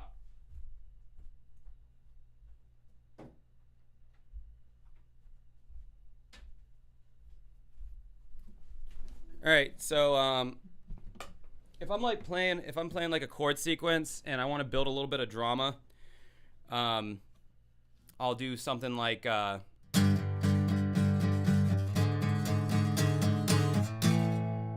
so like that's when I feel is a good time to use like a diminished or augmented chord. Other than that, though, I don't really write like crazy music that would use a lot of those kind of like chords naturally. I'm not Mr. Bungle, man. Raising the Reaps. God. Wow, I'm old as hell here. I saw Nirvana and Alice in Chains live, and yes, Alice is better. Jesus Christ, dude, you're fucking lucky. Nirvana was a thing for like 4 years. You had like a 4-year window to see Nirvana until it was like, well, you missed your chance. Yeah, you're lucky. And Alice in Chains, you had a much longer window to see them. Well, no, because they stopped touring. They only toured. They might have toured a little bit longer than Nirvana, but by the time they released their self-titled album in '95, they weren't touring. Like Lane was deep into his drug use at that point. I'm glad so many people are participating, by the way. I didn't know how this was going to go, but I'm getting a lot of stuff here, which I love. It's fun talking to you guys and talking about music and shit. Favorite REM deep cut? Are we talking about albums or songs? You're probably talking songs. Deep cut. I really like Texarkana. I've always really liked that song. I like Country Feedback is a great song. I think both of those are on the same album. Welcome to the Occupation's a great song. Was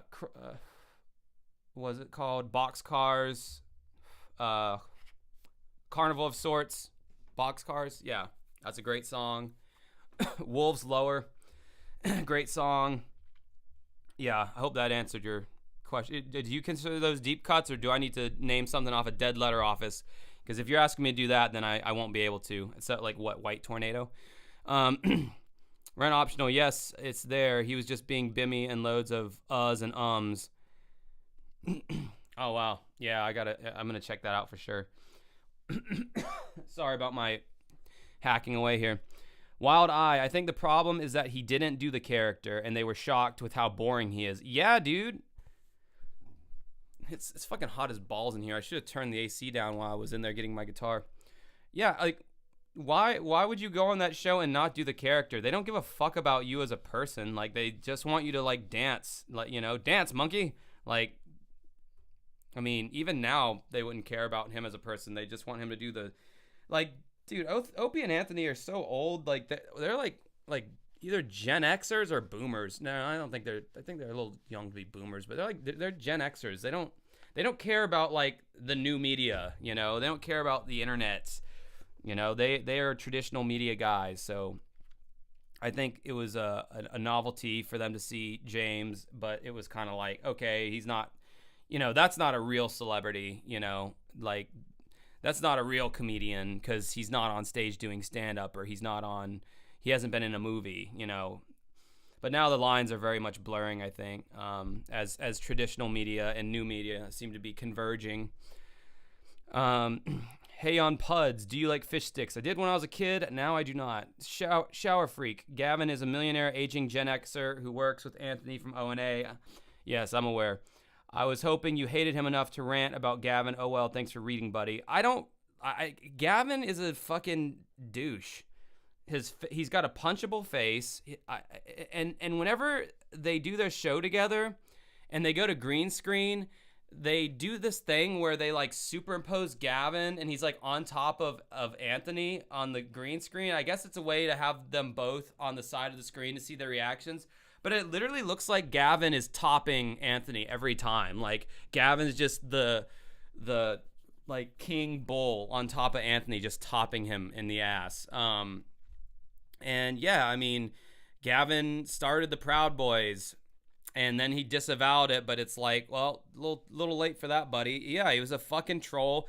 He's the same kind of right wing troll that what's his face, Alex Jones. It's like.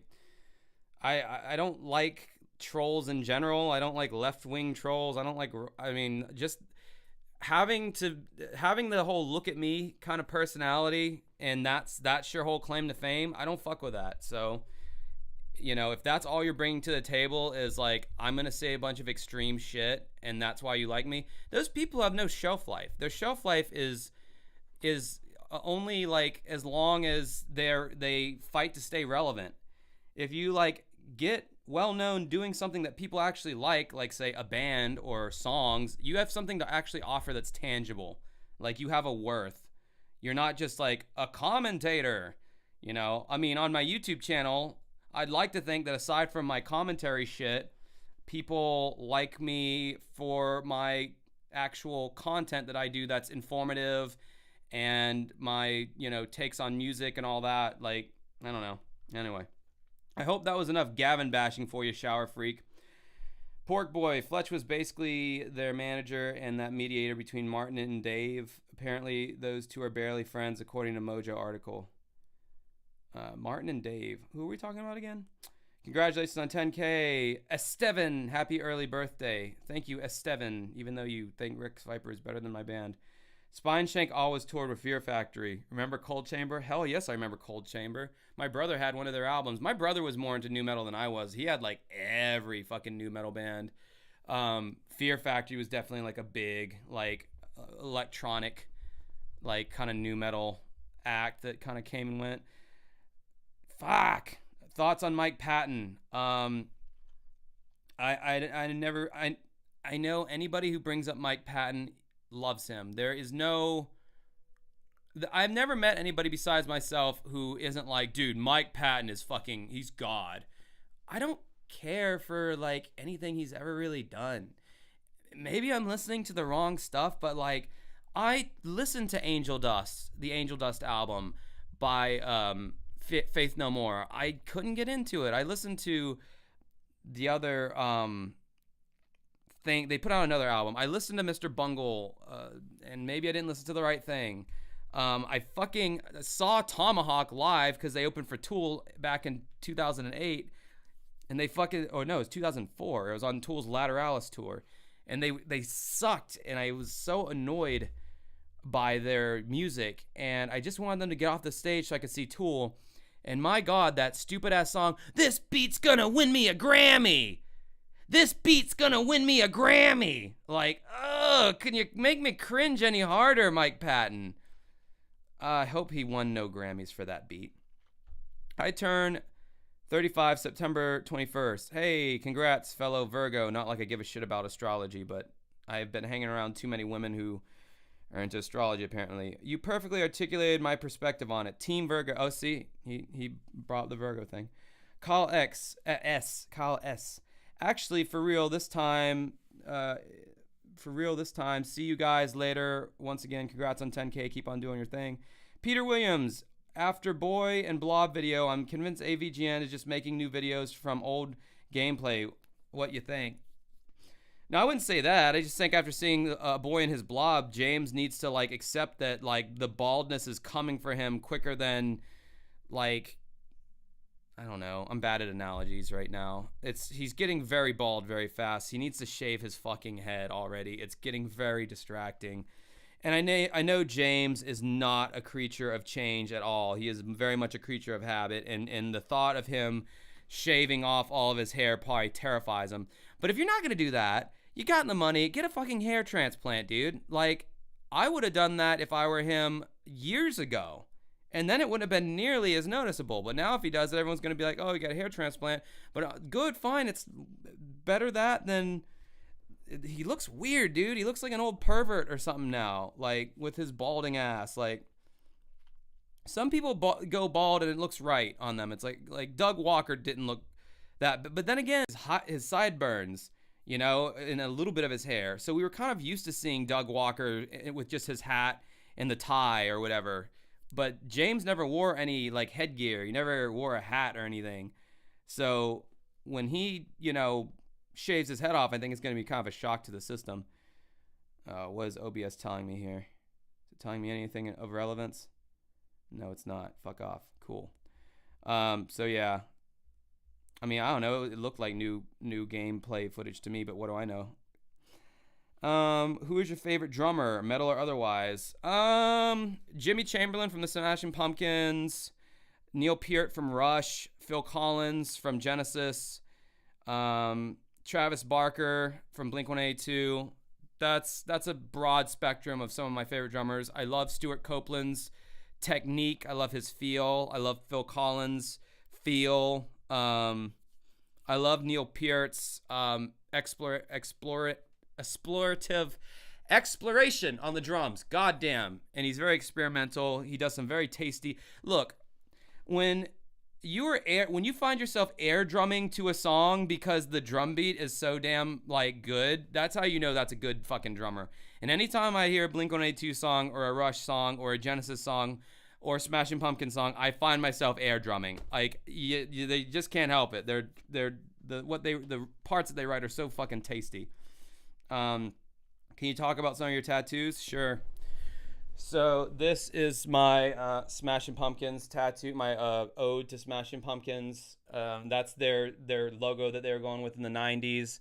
They had apparently Melancholy and the Infinite Sadness is a concept record. I think that's revisionist history, but that's what Billy said. And Zero was actually the name of the character. Now, I remember reading a review or a comment, a quote that Billy said back in the day that he just wanted to become Zero because of all the fame, and he wanted to just zero himself out of pop culture, and that's why he wore the shirt, and that's what the saying meant to him. Well, now it's this revisionist thing where it's like, no, actually, that was a character, and in Machina, the character was Glass, and now for Autumn, the character is Shiny. Shiny! God, that is the cringiest. That whole Autumn lore is crappy. Anyway, we got Samus on my arm here. This is my first tattoo, obviously from the Metroid video games, although the gun is on the wrong side. This tattoo artist fucking sucked, dude. This was not even the tattoo I wanted. I wanted Samus in a different position, like holding her gun, like leaning back like this, but I think the guy like just wasn't talented enough to draw her like that. So he's like, no, we're actually going to do it like this. That's going to be better, trust me. And I'm like, okay. And the Metroid's messed up because he gave it like a brain, but it's supposed to have like 3 little clusters. It's not supposed to be like a human fucking brain. So yeah, I want to get that one covered up. And then here, this whole fucking thing, I got like a theme going on where like it started off as like a forest. And as you can see, there's like a UFO because I like UFOs and shit. And I thought like the whole nature-y thing was cool. And then it like slowly starts going up into the sky. and then eventually Robert Stack is like God. He's at the top of the universe here. And I love Unsolved Mysteries, obviously, as you can see from the record that's on the wall there. And I did have a podcast about Unsolved Mysteries, but my God, after 269 episodes, it got old, so we stopped doing that. Shower Freak, I think pivot chords are used to transition between keys, so just like you did when it's in passing, but with the goal of pivoting to a new key. Yeah, there you go. Thanks for busting out the still box and playing some chords. No problem. I love illustrating the things I'm talking about. Stem box. Yeah, I was like, what the fuck are you talking about? I was just going to roll with it like I knew. Like, oh yeah, the still box. I know what that is because I'm a music guy. Deadbeat Boy. I find it surprising that rock radio can play Enter Sandman but not Master of Puppets or One despite being popular Metallica songs. Well, come on, dude. Master of Puppets is like a 9-minute long song. Enter Sandman's like 4 minutes and 30. It's half the length of Master of Puppets, so of course they're not going to play a 9-minute long song on the radio. And One, like the uncut version, is pretty long as well. Like, I'm not surprised they're not playing those songs, but they could at least play like Holier Than Thou or Blackened or something, like, you know, or even fucking King Nothing. I would take King Nothing over Enter Sandman at this point. Like, it's just so fucking played out. Mike Mason, starting to look like Rudolph the Red-Nosed Reindeer after a Coke binge. I know, dude. It's these fucking lights. I have a light sensitivity, and like my nose is like not digging it. Fine choices. I love Out of Time. Yeah, it's a great record. I mean, aside from like, yeah, it's the album that has Losing My Religion on it. But it's got a lot of other great songs on there too, except for the opening with the weird rap from KRS-One. Like, that shit was so fucking, I get like REM's like, they always try to be, well, they don't really try to be hip. I think that was the first time they tried to be hip, was having a rapper on an REM song, and it did not work. But they tried it again in 1998 on the Around the Sun album.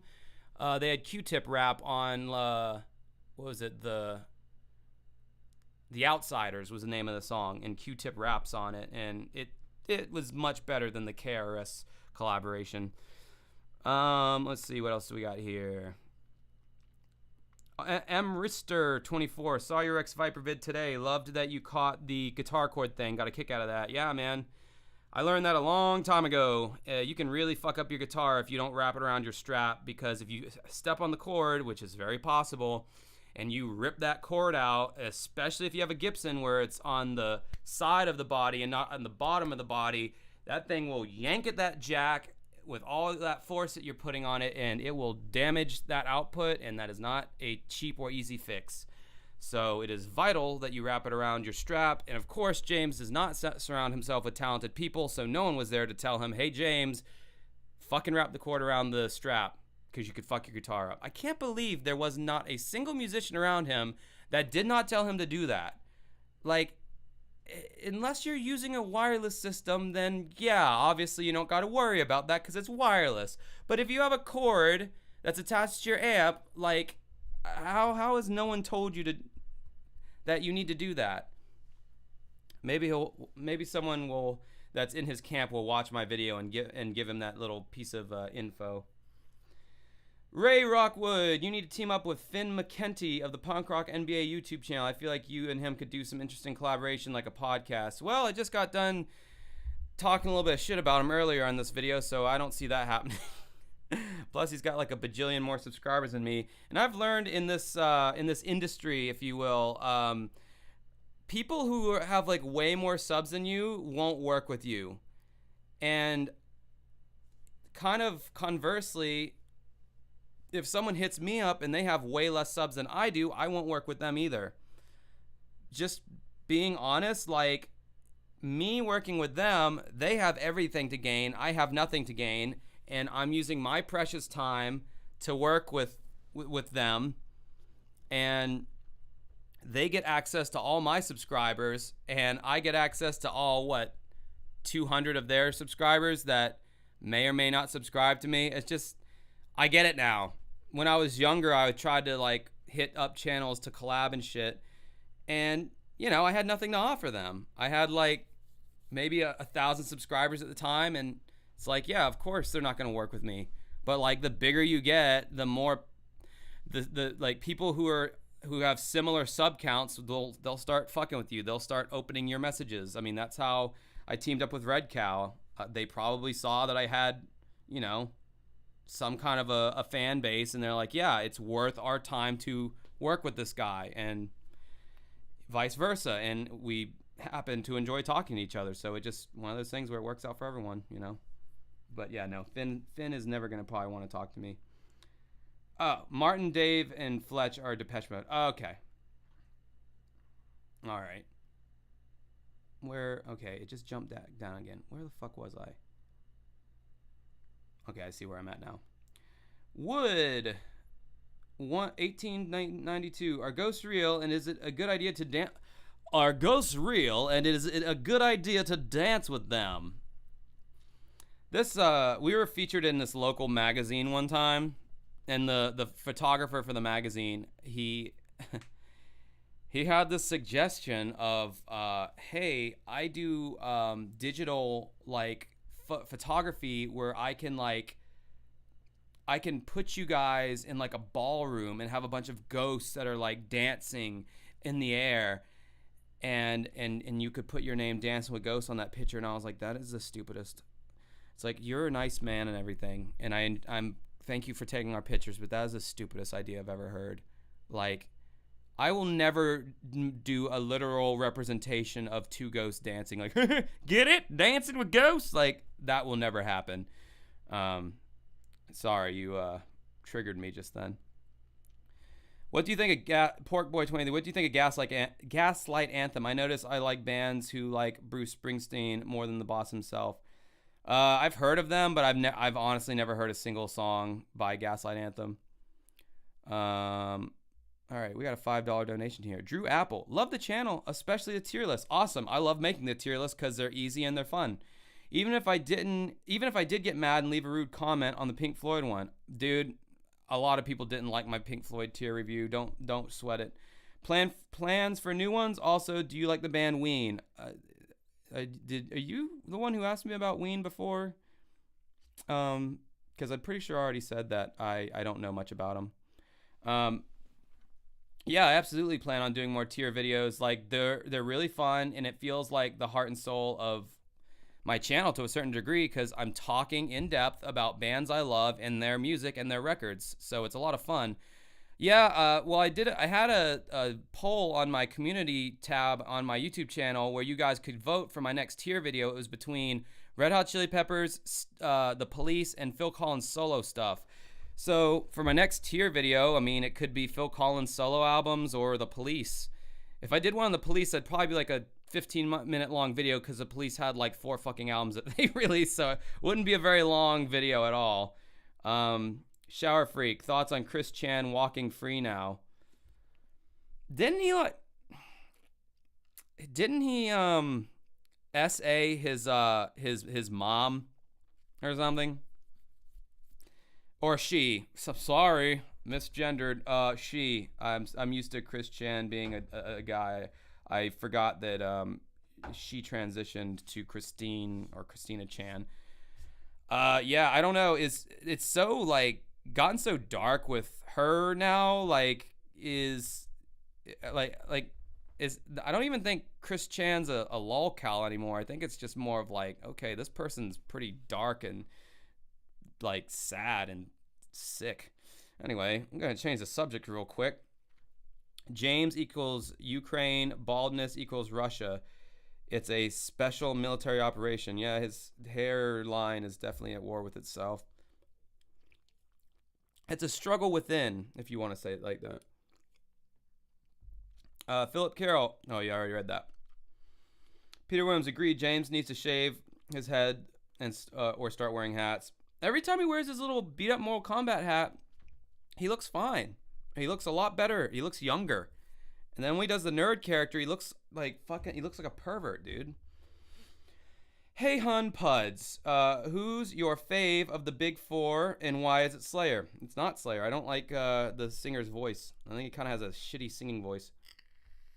Although you cannot deny Rain and Blood, that guitar riff. Like that shit's bad as fuck. Honestly, dude, my answer to that question is gonna disappoint you. It's Metallica all the way. Metallica has the songs, bro. They just do. They have the fucking songs. Megadeth, I don't understand. Yes, they got some riffs, but you take a mortal man, you put him in control, just like the Pied Piper. What do you mean? Like, Dave Mustaine sounds like a cartoon rat. Like, his voice fucking sucks. I don't know how anyone listens to that band and takes them seriously. I don't think lead singer Slayer's all that great either. Although, I don't know. They all have like great riffs and they're great musicians. Mustaine's an amazing guitar player, but God, the vocals. Then you got Joey Belladonna or whatever for Anthrax. I never gave two shits about Anthrax, to be honest. I couldn't even tell you. I think the only Anthrax song I know is like I'm running out of time, running out of chicken, however it goes, like cooking in my head. I don't know. Sorry, I've just cringed you out so hard, probably. Diabutis. I wonder what the lore of Hooray is. Yeah, Billy, you want to explain to us like where that fits into the story? Did Shiny sit down on like something that was soft and it went up their hiney and they were like, hooray? I don't know. That was really bad. That was stupid. I regret saying that, but that's what you get with a lot. See, if this was a pre-recorded video, I would have totally edited that out, but you're getting me unfiltered now, so you get all the horrific, unfunny, offhanded shit I say. Yeah, Hooray is just is such an embarrassment. From the title track to the LGBT disco theme of the music, is just, I feel like Billy Corgan of 25 years ago would have bitch slapped this Billy. Bitch slap this Billy. That was some fun alliteration. Shower Freak. What does your fucking name mean, Shower Freak? Are you just like, are you really big into showers or what? Is there a better Led Zeppelin song than Good Times, Bad Times? Yes. Friends. Kravis63. What songs from the Aeroplane Flies High box set should have made the Melancholy album? Or just your favorite tracks? Set the Rate of Jerry probably should have been on there, I think. I'd have to go back and look and see what all is on there. I don't blame them for keeping a lot of those songs off. Although I will say there are like, so Melancholy's 2 CDs, right? It's got like from from dawn to dusk and from noon to whatever. I don't know. There's 2 CDs. I think both CDs, like the last 2 or 3 songs on each CD are weak and could have been taken out, and some of the songs from Airplane Flies High should have replaced them. But that's just me. And my God, dude, James Iha cannot sing. I can't believe Billy gave James Iha a song on Melancholy. Like, that guy fucking, his voice sucked. I mean, at least they didn't do auto-tune or anything like that, but like, it was really his honest to goodness singing, but it was bad. He should have had auto-tune. Anyway, give this guy's stream a like if you haven't. Oh yeah, I think I'm supposed to tell people to do that. I'm not very good at live streaming because I do it so rarely. But yeah, please give this live stream a like because I think it pushes it to more people. I've never done a live stream before where I've consistently had 30 concurrent viewers, so this is pretty fun. It's nice to know that I have a tiny little audience watching. What do we got next here?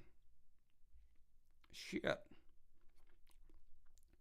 Nishobi White Deer. Shiny Happy People is a good song. It's a good song for what the band intended it to be. It's supposed to be like a play on like propaganda and like they saw some poster that was like some Chinese propaganda and it's like shiny happy people, yada yada yada. And that's where they got the idea from. But like the general public took and ran with it as this like really positive, like, yeah, choose life, guys. Like that's not what the song was supposed to be at all.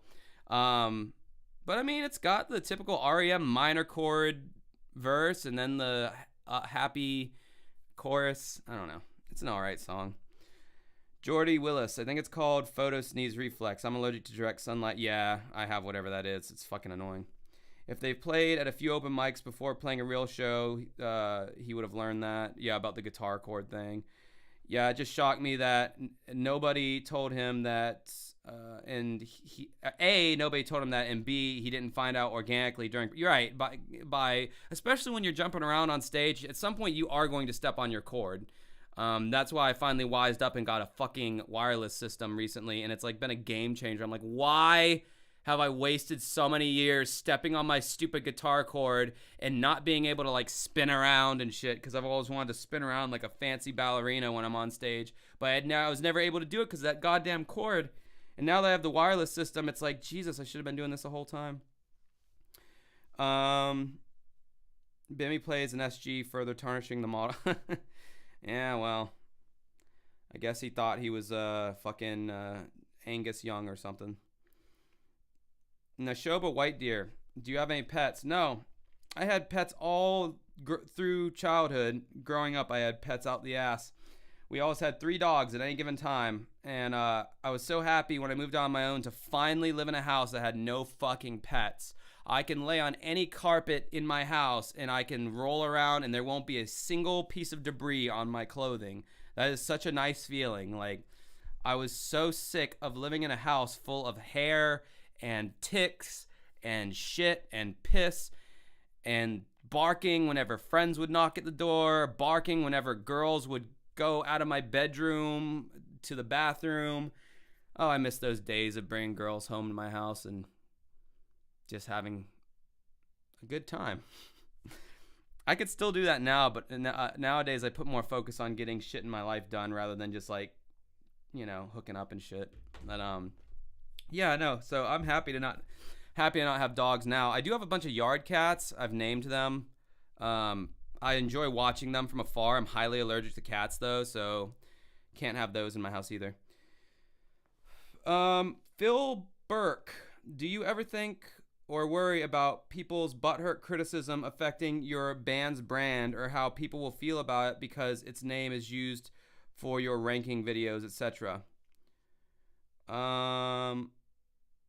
Basically you're saying, like, are you worried that, like, me being critical of like, well-known people, if this is ever gonna, like, basically come back to bite me in the ass?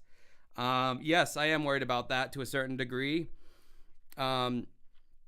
I do think that it's a possibility that we could end up one day bumping into someone who I didn't have great things to say on my YouTube channel, especially as my YouTube channel continues to grow. And it could negatively affect me, but, I'm not like, I'm about to drop a name that nobody fucking remembers unless you're a millennial. I'm not like Perez Hilton out here, I'm not like a tabloid guy. I'm not out like trying to be sensational. I'm giving my brutal opinion, my brutally honest opinion. If I liked something, I said I like it. When Smashing Pumpkins were talking about releasing their new album and they led off with the single Beguiled, I praised that single. I made a whole video talking about how badass that song is, and I stand by that. I love Beguiled. I think it's a great guitar riff. I think the melody is a little weak, but it's fine. The music kind of carries it. So when I like something, I say that too. I love Depeche Mode. I talk about shit that I love all the time, but if I really don't like something, I'm going to talk about that too. And I don't think I'm going to run into like Billy Corgan or anything and he's going to see my shit, but I think I might run into like, punk rock NBA might see some of my shit, or Rick Beato might see some of my shit or something like that. I don't think Anthony Fantano's ever going to come across my channel. He's a little too, he's like the biggest music reviewer, period. Not even for the internet, just period. He's the biggest music critic. Deadbeat Boy, do you ever get into bands like Converge, Dillinger Escape Plan, Bouncing Souls, Bad Religion? I like Bad Religion. Never really got into any of the other ones. Sweet and Tender Hooligan. I like that name. Why haven't you covered Amico that much? I don't care about that generation of gaming. Honestly, like the Atari and the ColecoVision and all that shit. Like, I hate those games. The graphics are so bad it makes me like depressed looking at them, let alone playing them. And then the whole Amico thing, it's like yeah, it's like I remember hearing about years ago when Rich from Review Tech USA was sucking Tommy Tallarico's dick on his channel and shilling for him. And I remember hearing about the Amico, and I thought, like, well, that sounds kind of cool. He's going to come out with, like, original games, and they're going to be, like, $8 or something like that, and they're going to be more 2D based. I'm like, well, the idea sounded cool, but then as the years went on, and, like, nothing, like, development was so slow, and then I started seeing, like, these games that were going to come out, like Shark and Cornhole. I was like, ooh, never mind. I was thinking like 2D, like Mega Man X or something like that. Earthworm Jim 3, but like a Nintendo, Super Nintendo looking, style or something like that. But man, all that shit that I saw, like, it looked like those Adobe Flash games that you can play online for free. Like, in fact, the Adobe Flash games looked better than a lot of the stuff I saw from the Amico. I don't know. I didn't really care, I guess. I didn't want to jump on that bandwagon. I know a lot of people made like whole ass little YouTube careers talking about it, and then like all these like little YouTube channels, like Tommy Tallarico would like go on, like, he would have definitely went on my channel if I wanted to interview him, because he would go on people who had 800 subscribers and he would talk about the Amico. Also, am I wearing eyeliner? Genuine question. I like your hair. No, I'm not wearing eyeliner. I have dark circles around my eyes. It's a genetic thing, and I drink too much. So, and thank you for the hair comment. Congratulations on 10K. Thank you, Steven or Steve. Let's see here. Mike Cool Green. What video game song would you like Rex Viper to do a cover of? Next, Ray Rockwood. Love Robert Stack. What music analogy would you compare to Spike TV and their Unsolved Mysteries cover band with Dennis Farina? To me, it's like current version of Pantera without Vinny and Dimebag. Okay, what music analogy would compare to Spike TV? Oh, like the theme from Spike TV? I forget even how it went, but I knew it had some kind of... Oh, wait, no, I remember. I don't know, it's just some generic... I remember it had like a little wow, like on the guitar at the very end. It was so like fucking... It was so transparently like, we're making this for men. It's on Spike TV, television for men. Like, I never understood that whole thing. That shit was awful. Everyone needs to calm down in the morning with a nice shower. Okay. I love the random ass people that you find on the internet. It's great. Mike Cool Green, do you think Bimmy does the duck stomp because he has no time to walk normal? Okay. Brown Electrons, Bimmy loves a good old duck stomp. I'm getting all the same jokes in here. Phil Burke, sorry, yeah, I meant that. And more as in, do you think people will trash your band blindly or not want to give it a chance just because of something critical you have said on YouTube? I think for every one person who's bashing it, there's like 2 or 3 people who are digging it when that kind of thing happens. Because it's the people who are bashing it publicly they're being vocal about disliking the band, but there's going to be like that many more people who actually like the band, and they're not going to say it, but like they're just going to like it. And then, I mean, whenever I find a new band that I like, it's rare that I'll like find them on Facebook and be like, hey, I really like your stuff. I just listen to their music from here on out, and that's how I handle that. Of course, the people who don't like it are going to be vocal. It's just like if you go to a restaurant, you're only gonna bitch about the restaurant when you've had a bad meal. You're not gonna talk about like the 50 good meals you've had from the restaurant. It just takes that one bad experience for you to be like, this restaurant sucks now, So like I try to keep that in mind. Shower Freak, Strat versus Tele. I haven't had a whole lot of time on a Telecaster, and it's kind of a weird. I don't like the neck on Telecasters. Strats, to me, have a better feel. I like the neck better. Strats have a whammy bar. Telecasters, I don't think they have a whammy bar unless it's one of those Bigsby whammy bars, which I think are stupid. It's a very country and western style guitar. I don't know why Jim Root from Slipknot uses a Telecaster for the kind of music he plays. It's kind of a weird choice, but yeah, I don't know. Maybe if I got to fuck around with one for like a couple days, I would find the virtues of a Telecaster, but I know they're bigger in country music. But yeah, that's why I think about that. Steve Mello. Sorry if you answered this already. How did you come up with the name Dancing with Ghosts? I've answered it before, but I'll answer it again briefly.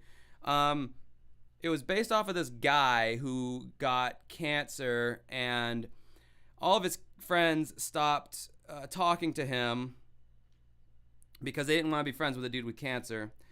And then eventually he got better, and I think he was kind of a public figure, so he was interviewed, and they're like, oh, are you going to reconnect with your friends or whatever that, kind of left you behind? And he said, no, of course not. That would be like Dancing with Ghosts. So that's where the name came from. Dia Buddhist, skimmity bop bop bop boo, nuclear blast on village. Oh, yeah, Rich, Review Tech USA's opener. Skimmity bop bop bop, whoosh. Yeah. Mike Coolgreen, would you ever hire Big Ryan as your special effects guy? Steve Mello. Also, that pixel frame you got in the back is awesome. Can you make your own pixel art on it? Yeah, there's an app. God, my bottom lip is so fucking chapped. Yeah, there's some app on your phone where you can upload designs to it. I wouldn't know how to do that with that thing. It's on just random mode right now. You can pick one static image to stay on there. In fact, in the chat, if you want me to put up a static image or a moving image of something, just think of anything. I'll look on the app and see if they have it, and I'll throw it up there, and I'll show you what I'm talking about. Brown Electron, Soundgarden, or Alice in Chains. That's a harder one, but Alice in Chains still. I love Chris Cornell's voice. I like Soundgarden's music, although sometimes it can be a little droney for me. Not to say that Alice in Chains doesn't have their fair share of droney songs, but Soundgarden gets really fucking droney. Hey, Hun Puds. Right, it's nearly 3:30 a.m. here in jolly old England, so I'm off for a kip. Cheers for... Jeez, dude, you stayed up late. Thank you for watching. It's only 10:30 here in Florida. Porkboy23, the guitarist from Rex Viper plays lefty on a right hand stringed guitar, right? Tell me I'm not just imagining that. So I made that analogy that he plays the guitar like Jimi Hendrix did, because I was always under the impression that Jimi Hendrix took a right-handed guitar, turned it upside down to where the low strings were at the bottom and the high strings were at the top. I think that's how the dude has it strung. But I've had people on my former Rex Viper videos tell me I'm full of shit, and Jimi Hendrix didn't do his guitar like that. He has some fucked up way that he has it strung, and maybe that's why he sucks so bad. Brian, favorite movie or a nice go-to? Favorite movie, I've historically told people it's been like it's been between like 2001: A Space Odyssey and like The Shining, maybe. But I mean, there's so many movies out there that I really like. American Psycho is definitely up there as one of my favorite movies. Anything in like the drama genre tends to be like my favorite kind of movie. Just look up the drama movie genre, and whatever movies pop up, those are some of my Silence of the Lambs, shit like that. Diabutis, your music is really awesome. All this publicity is good for the band, regardless of the haters it accrues. The music speaks for itself, quite frankly. Yeah, I agree. I mean, I know I'm being negative about this band, and James's people might go and listen to my music. And you know, I've put out enough hateful videos about Rex Viper at this point to where if my band really sucked, somebody would have called me out on it by now. You know, I've been doing these videos for years on Rex Viper. I don't think maybe 2 times out of all the thousands of views those videos have gotten, Like 2 or 3 times people have gone to my music videos and they're like, you're going to bash Rex Viper when you put out this crap? For 2 or 3 people, for all that shit that I've said over all these years, that must tell me something. That tells me that they went to listen to my music to try to talk shit about me. They heard that it was actually good and that I know what I'm talking about. And they're like, oh, shit, this actually is good. I can't really say anything. This is high production, good stuff. I don't have a leg to stand on. Well, I guess I have nothing to say. I would feel like at this point, people would have like really dissed my music a lot more if it was like truly that bad, but they just haven't. So I guess I take that on as a good thing. Patrick Reeves, thoughts on Skid Row? I think Sebastian Bach has one of the best voices, rock voices, especially for the 80s, that type of 80s music that they did. I am not a fan. I like 18 and Life is a good song. I like their hits, and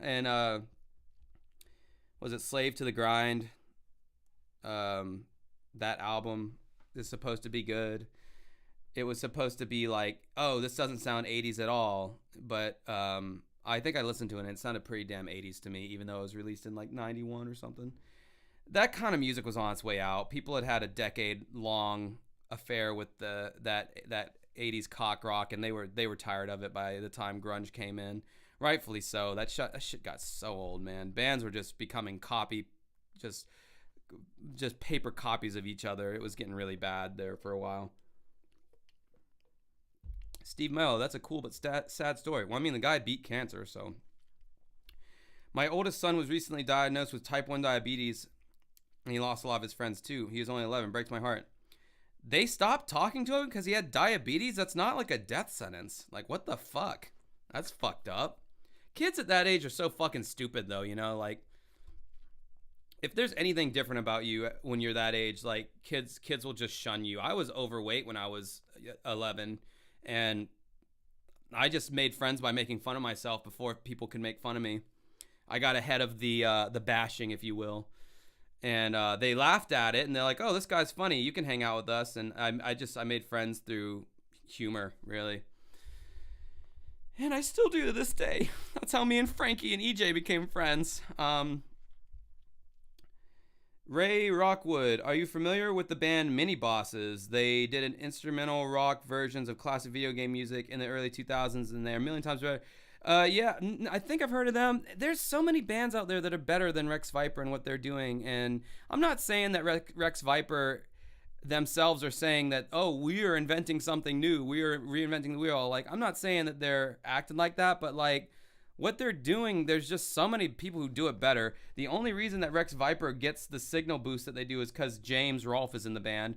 But honestly, if he's moving all of Rex Viper's shit to a separate channel, he's going to see how much people do not fuck with his band, because the videos got whatever heat they got because they were uploaded to Cinemassacre. As soon as he uploads a new Rex Viper video exclusively to the Rex Viper YouTube channel, that shit ain't gonna do nothing like it would do on Cinemassacre. And James is gonna have a come to Jesus moment. Shower Freak, should I change my username to Hot Dog Snob? Are you a snob of hot dogs? What do you think about Chicago style hot dogs? Does a little mini pickle have to be on a certain side?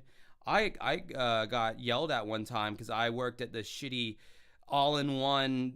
She was trying to be an ice cream store. She was trying to be a hot dog place. She was trying to have sports creatine shit. She was trying to do paninis, and she had a Chicago style hot dog. And she insisted the little pickle be put on the left side. It had to be on the left side. She was so goddamn OCD about every little thing. I was at that job for like a week and then I quit. Anyway, sorry, we got off on that one. A little rant there. A little rant. Would you sell your channel to Screenway for $100,000? For what that would do for my band, probably. And then I'd just start a new channel and hope that people would find me. Do you ever watch Dead Meat? No, I don't know what that is. K-Flow, did Rex Viper take inspiration from Viper the Rapper? Don't know who that is. Diabutis, do you like Dinosaur Jr.? The only song I've heard is Feel the Pain, and I really do like that song.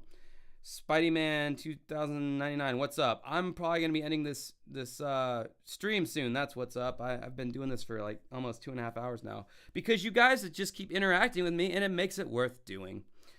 Cool Steve 77. It's a shame that Jesse from the band Zack Attack got hooked on caffeine pills. What? Is that a thing that ends bands? Man, I got just too much energy. I can't like focus. Like, I don't know. You kind of broke my brain a little bit with that comment. Port Boy, what's a good way to meet other musicians when you don't know anyone with the free time? I mean, if you're being serious, you can go on Facebook, musician, whatever city you live in. There's probably, like, say you live in Atlanta, they probably have like Musicians of Atlanta, a Facebook group. You join that group and you go, hey, I'm a guitar player, been playing for 30 years. I like my influences are Nirvana, Smashing Pumpkins, and fucking Tiny Tim. I'm looking to start an original band. Is anybody else looking to start an original band? And usually you'll get someone that's like, yeah, bro, let's jam sometime. Okay, cool.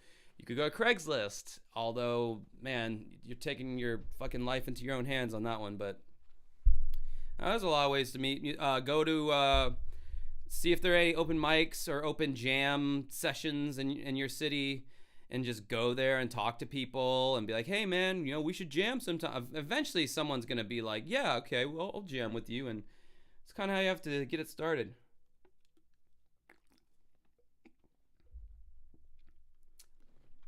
What's an episode of Saved by the Bell? Oh, Jesse from Zack Attack got hooked on Are you fucking serious? Was that the angle or the plot of that episode? Some dude was in a band and he got hooked on caffeine pills.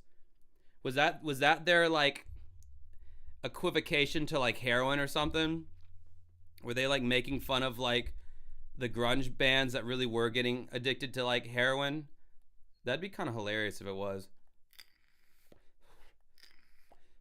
M. Rister started playing guitar at 14, got pretty good.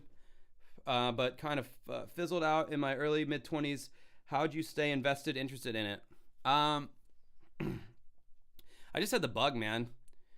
From like age 12 or 13, I picked up my cousin's guitar and I would play it and then I'd put it down, and then like 5 or 10 minutes later, I just have this like craving to pick it up again. I just loved like touching the strings and making something make noise, and I could like, I don't know, like it was like an addiction. It was a craving to just constantly, when I got home from school, I just looked forward to turning on my guitar, and I had this loop pedal, and that really helped ignite my interest, is getting like a loop pedal or getting some way to record yourself to where you can like play over. So a loop pedal was cool because I could like lay down like a 4-chord guitar sequence, and then I would solo over the top of that, or I'd write like a harmony part, and like that just kept it fun. And that turned into writing whole ass songs. And then when I got like a legit recorder and I could record my ideas into this recorder, and I could like, so really songwriting is what kept it interesting for me. If I just played guitar in my room and I never did anything else with it, I would have gotten tired of it too. That's why I got tired of drums, because I never went anywhere with the drums. But with guitar, I could actually turn it into an actual fucking song. And that's what kept me interested in it. And like then forming a band. So I don't know, I think if you had formed a band or joined a band, you would have stayed interested. But if you just play it in your room and that's as far as you go, yeah, I could see how that would fizzle out. Oh, I'm skipping the Ween question. Steve Mello, I have your 2023 UX Viper video ready to go when the stream is done. Can't wait to watch it. Keep up the great work and don't let the haters get you down. So far, so good, Steve, with the haters not getting me down. It comes with the territory. It does. It absolutely does. How weird, KM. What are some of the bigger bands your band has played for, opened up for? I mentioned this earlier. We've opened up for She Wants Revenge. What was that band? It was the former members of... Anyway, that was a long time ago. It doesn't matter. She Wants Revenge, Icon for Hire, Powerman 5000, Buck Cherry, one of my older bands opened up for Candlebox, that post grunge 90s band. Kevin from that band, Kevin, forget his last name, it's escaping me. He was nice as fuck, very nice guy. So yeah, we've opened up for a handful of pretty well-known bands. What else we got? K-Flow, I'm so excited. I don't know what you're excited about, but I'm glad you're excited. Oh, Bijou, what's up? Now you're on my stream for once. I've been doing this shit for like 2.5 hours. Do you ever stream for that long, Bijou? I don't think you do. And you know, I've made $19 from this stream. So yeah, take that. You think you're so fancy with your TikTok. My friend Bijou here, as you will see her little cute face in the chat bubble, she has this TikTok where she builds these Legos. And she's got like all these followers. She blew up on TikTok, literally, as they always say when someone blows up on TikTok. She blew up on TikTok, and now she's making all this fucking money from these people who like just pay her as she live streams. And now, granted, she's incredibly fucking hot, and that probably has a lot to do with why she has the amount of followers. Because like, let's face it, look at me. You know, it's taken me almost 10 years to get 10,000 subs. It's taken her like a few days. So, you know, the world just values beauty more than it does substance. No, see, Bijou has substance and beauty. She's a total package. Dia Buddhist, anyone in chat know if any bands have broken up over a member being too addicted to fapping? Dude, I would be the guy that got kicked out for too much fapping. I just want to fap in the band van when I'm waiting to go on. Just get some of that stress, you know, out of my system. K-Flow, what if Rex Viper just lets Mike Matei write the songs? Okay. Emrister, my high school band. Dang, Ice Cream Man. I just hope they did a 14-minute version of Crazy. Oh, yeah, they did. Okay. Funny story about when we opened for Buck Cherry. That happened just like a couple months ago. That was pretty recent. So they did, like, okay, so I watched their first song and I had to walk out. There was so many people in that venue. I was like packed in behind the merch table. I felt like just like stuffed like in like sardines in a tin can. That's a good Radiohead song, by the way. And I had hiccups the whole day from me waking up until finally they went away sometime at like 2 or 3 a.m. that night. The whole day I had fucking hiccups. It was freaking me the fuck out. And so I was like kind of having a panic attack. So I left. I didn't actually sit and watch Buck Cherry. But I heard they did do like a freakishly long version of Crazy Bitch. And I mean, you got to. That's your biggest song. I mean, how are you not going to do that? We did get an offer to open for Head PE, which is another nu metal band that's been kind of forgotten to time. But it was one of those pay-to-play things. It's like, oh, if you sell 30 tickets, then you can. It's like, fuck you. I'm not doing that pay-to-play shit anymore. I'm too old for that. Nashoba White Deer, I really like your take on the Tim and Eric video. 100% agree on it. Thank you for watching that video, and I wish you guys would go back and watch my old videos. I put a lot of hard work into a lot of those videos, and a lot of them have not gotten anywhere near the love that they deserve. I did a video on that cheesy fucking band OK Go. I thought I did a great job on that video. It's sitting at like 300 views right now. And then I talk about Rex Viper and complain about them, and it views out the ass. Life's not fair. I'm gonna cry now. Thanks, Bijou. You're gorgeous. Never change. Hey, Brian, showing your legs as you say it, dingus. Yeah, what, the fapping thing? Do you like my legs? Do you think they look good? I need approval. Your next song name should be called The Fapping Demon. Yeah, maybe. I also don't stream live for more than an hour, so you win. Yep. I've been streaming for 2.5 fucking hours, but these people keep talking to me, so I keep talking to them. I don't really get a chance to really talk to the watchers of my videos in real time. I usually just comment on what they say, so it's cool to like talk in real time to people who like actually watch my shit and know things about me. It's neat. Cool Steve 77. Swallowing mustard gets rid of hiccups for me. Oh God, it's all cold and shit. That sounds horrible. Yeah, Head PE, right? I know. Like when they were like, yeah, you could open for Head PE, but you guys sell all these tickets. I'm like, no.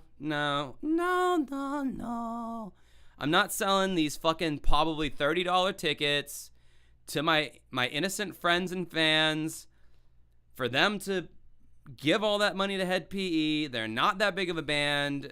They are literally fleecing us for our connections. That's how those bands that like have somewhat of a name to them, that's what they do. Like they might have been big like 20 years ago and they had that one hit song. What they'll do is they'll do a national tour and they might have one band on the tour with them. But what they do is they go to towns and they have the promoter get like 3 or 4 opening bands from that city to go out. They pimp them out like fucking prostitutes, these local bands, and they're like, hey, you want to open? You remember that band Flaw? Remember Flaw? Yeah, well, you might have a chance to share the stage with Flaw, but you know what you gotta do? You gotta sell 30 tickets at $30 each, and if you don't, then you can't play, or you gotta make up for the tickets. There's some kind of bullshit if you don't sell tickets. So then what happens is all these suckers, it's not their fault because they don't know, they go and they sell these $30 tickets to their grandma, their grandpa, their auntie, their uncle, their niece, because they're really wanting to get on stage with Flaw. They think if they get on stage with this has-been band that it's going to really do something for their career. Spoiler alert, it does nothing for your fucking career. All the promoter did was fleece you and your friends and family for ticket money so they can turn around and pay the national act that was relevant 20 years ago. Now, if you actually have a fan base, you don't have to do that. Like any show that we've done, all the bands that I've just named, we were specifically asked to be on those shows because the promoter knew us and they liked us and they knew we would go well with the national. And we didn't have to sell tickets. We didn't have to do any of that shit. So those are the shows that you want. But you got to really make a name for yourself before you start getting those offers. Anyway. Pork Boy, do you have any advice on songwriting? I got a few songs together, but no, shit, scrolling too fast. But now I have lots of partial lyrics that don't match with the riffs I'm recording. How do you know? Well, make the lyrics work. Make it fit, you know? And if it doesn't fit, write something different. Like, I mean, if I'm writing a song and I got like a guitar riff and I'm like fucking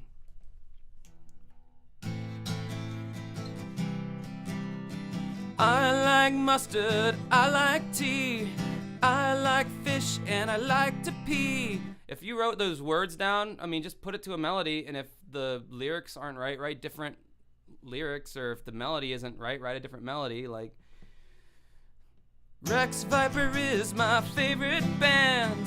Justin Silverman can be my man. I don't fucking know. Songwriting is different for everybody, and I don't know. Just experiment with shit. It's the only advice I have. Sorry I wasn't more helpful.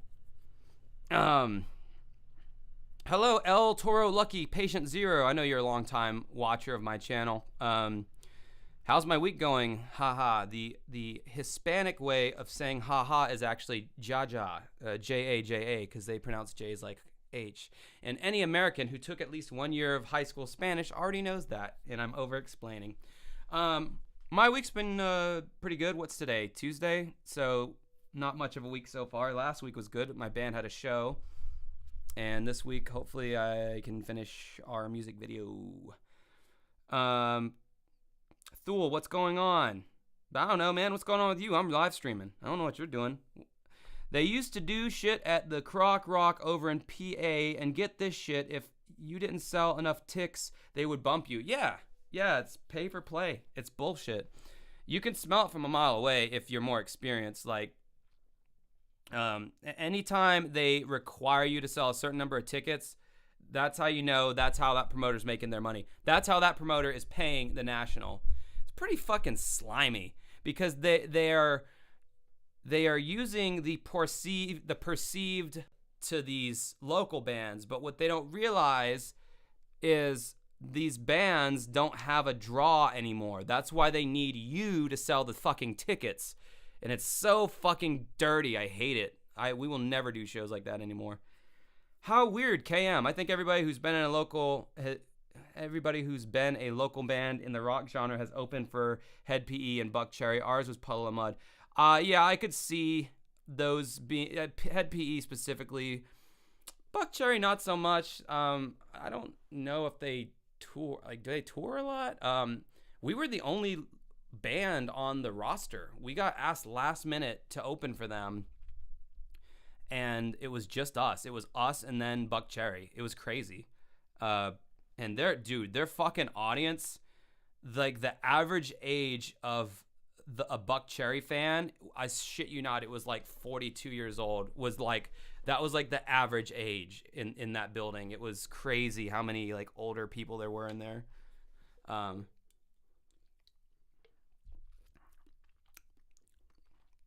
Oh yeah, you're welcome for my beautiful song, Pork Boy. I hope someone remixes it. Hey Brian, not quite Chun-Li legs, but I wanted to say it. No body shame, just recently wear sleeveless shirts recently. Just recently wear sleeveless shirts recently. Are you asking me if I just started recently doing that, or are you saying you just recently did it? I don't know. Average poker player, did you know Smosh made albums? I'm surprised no YouTubers made videos on it. I could give a fuck about Smosh.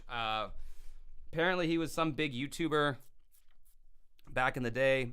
I was an adult by then who was trying to make it in music, so I wasn't really fucking with YouTube at that point. So I barely know who Smosh is. How weird, KM. There was a huge point in 2012. Whiskey in LA would contact every local band and ask us if they wanted to pay to play for various bands. And I'm sure sometimes that works.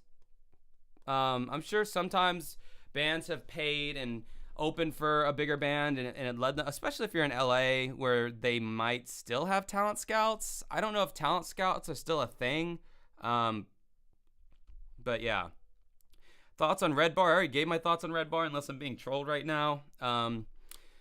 Head PE just did their Desperation tour over here actually like 2 weeks. Yeah, that's the tour we were asked. The show we were asked to be on was a part of that tour, and we were like, nope, don't want to do that. This is probably the last one I'm gonna read because it's getting late over here, and I have to meet a friend at a pool hall to play some pool. Oingo Boingo fan. No, I am not a worshiper of what's the dude's name? The ginger. Danny Elfman. I am not a worshiper. Like, Danny Elfman and, like, Mike Patton. Those two guys are, like, they both have these, like, cults around them, it seems like, where people just love everything they do. But, yeah, anyway. Guys, I want to thank you so much for sticking around. This is amazing. I've never had this many concurrent viewers when I do a live stream, so I guess I'm doing something right. Thank you for everyone who gave me money. That was awesome. I wasn't expecting that. And I started this channel back in 2015 with like nothing. I wanted to get big, but now here I am, almost. Almost 10 years later, and I got 10,000 subs, baby. I'm on my way. But no, seriously, I appreciate it. I love it whenever you guys like pay attention to what I'm doing, and I'm glad I can connect with a bunch of people who like the same stuff I do, and we can keep that 90s alternative rock alive. And I'm doing a little like skateboarding on my laptop with my guitar pick here. So yeah, until next video. And I don't know what that's going to be. I said in my last video it's probably going to be the new Dance with Ghosts music video. I doubt it. That video is going to take a long time. Maybe I'll do a State of Cinemassacre 2023 and cash in on those sweet Rex Viper views. But yeah. Anyway, guys, thank you so much. Until next time, have a good rest of your night.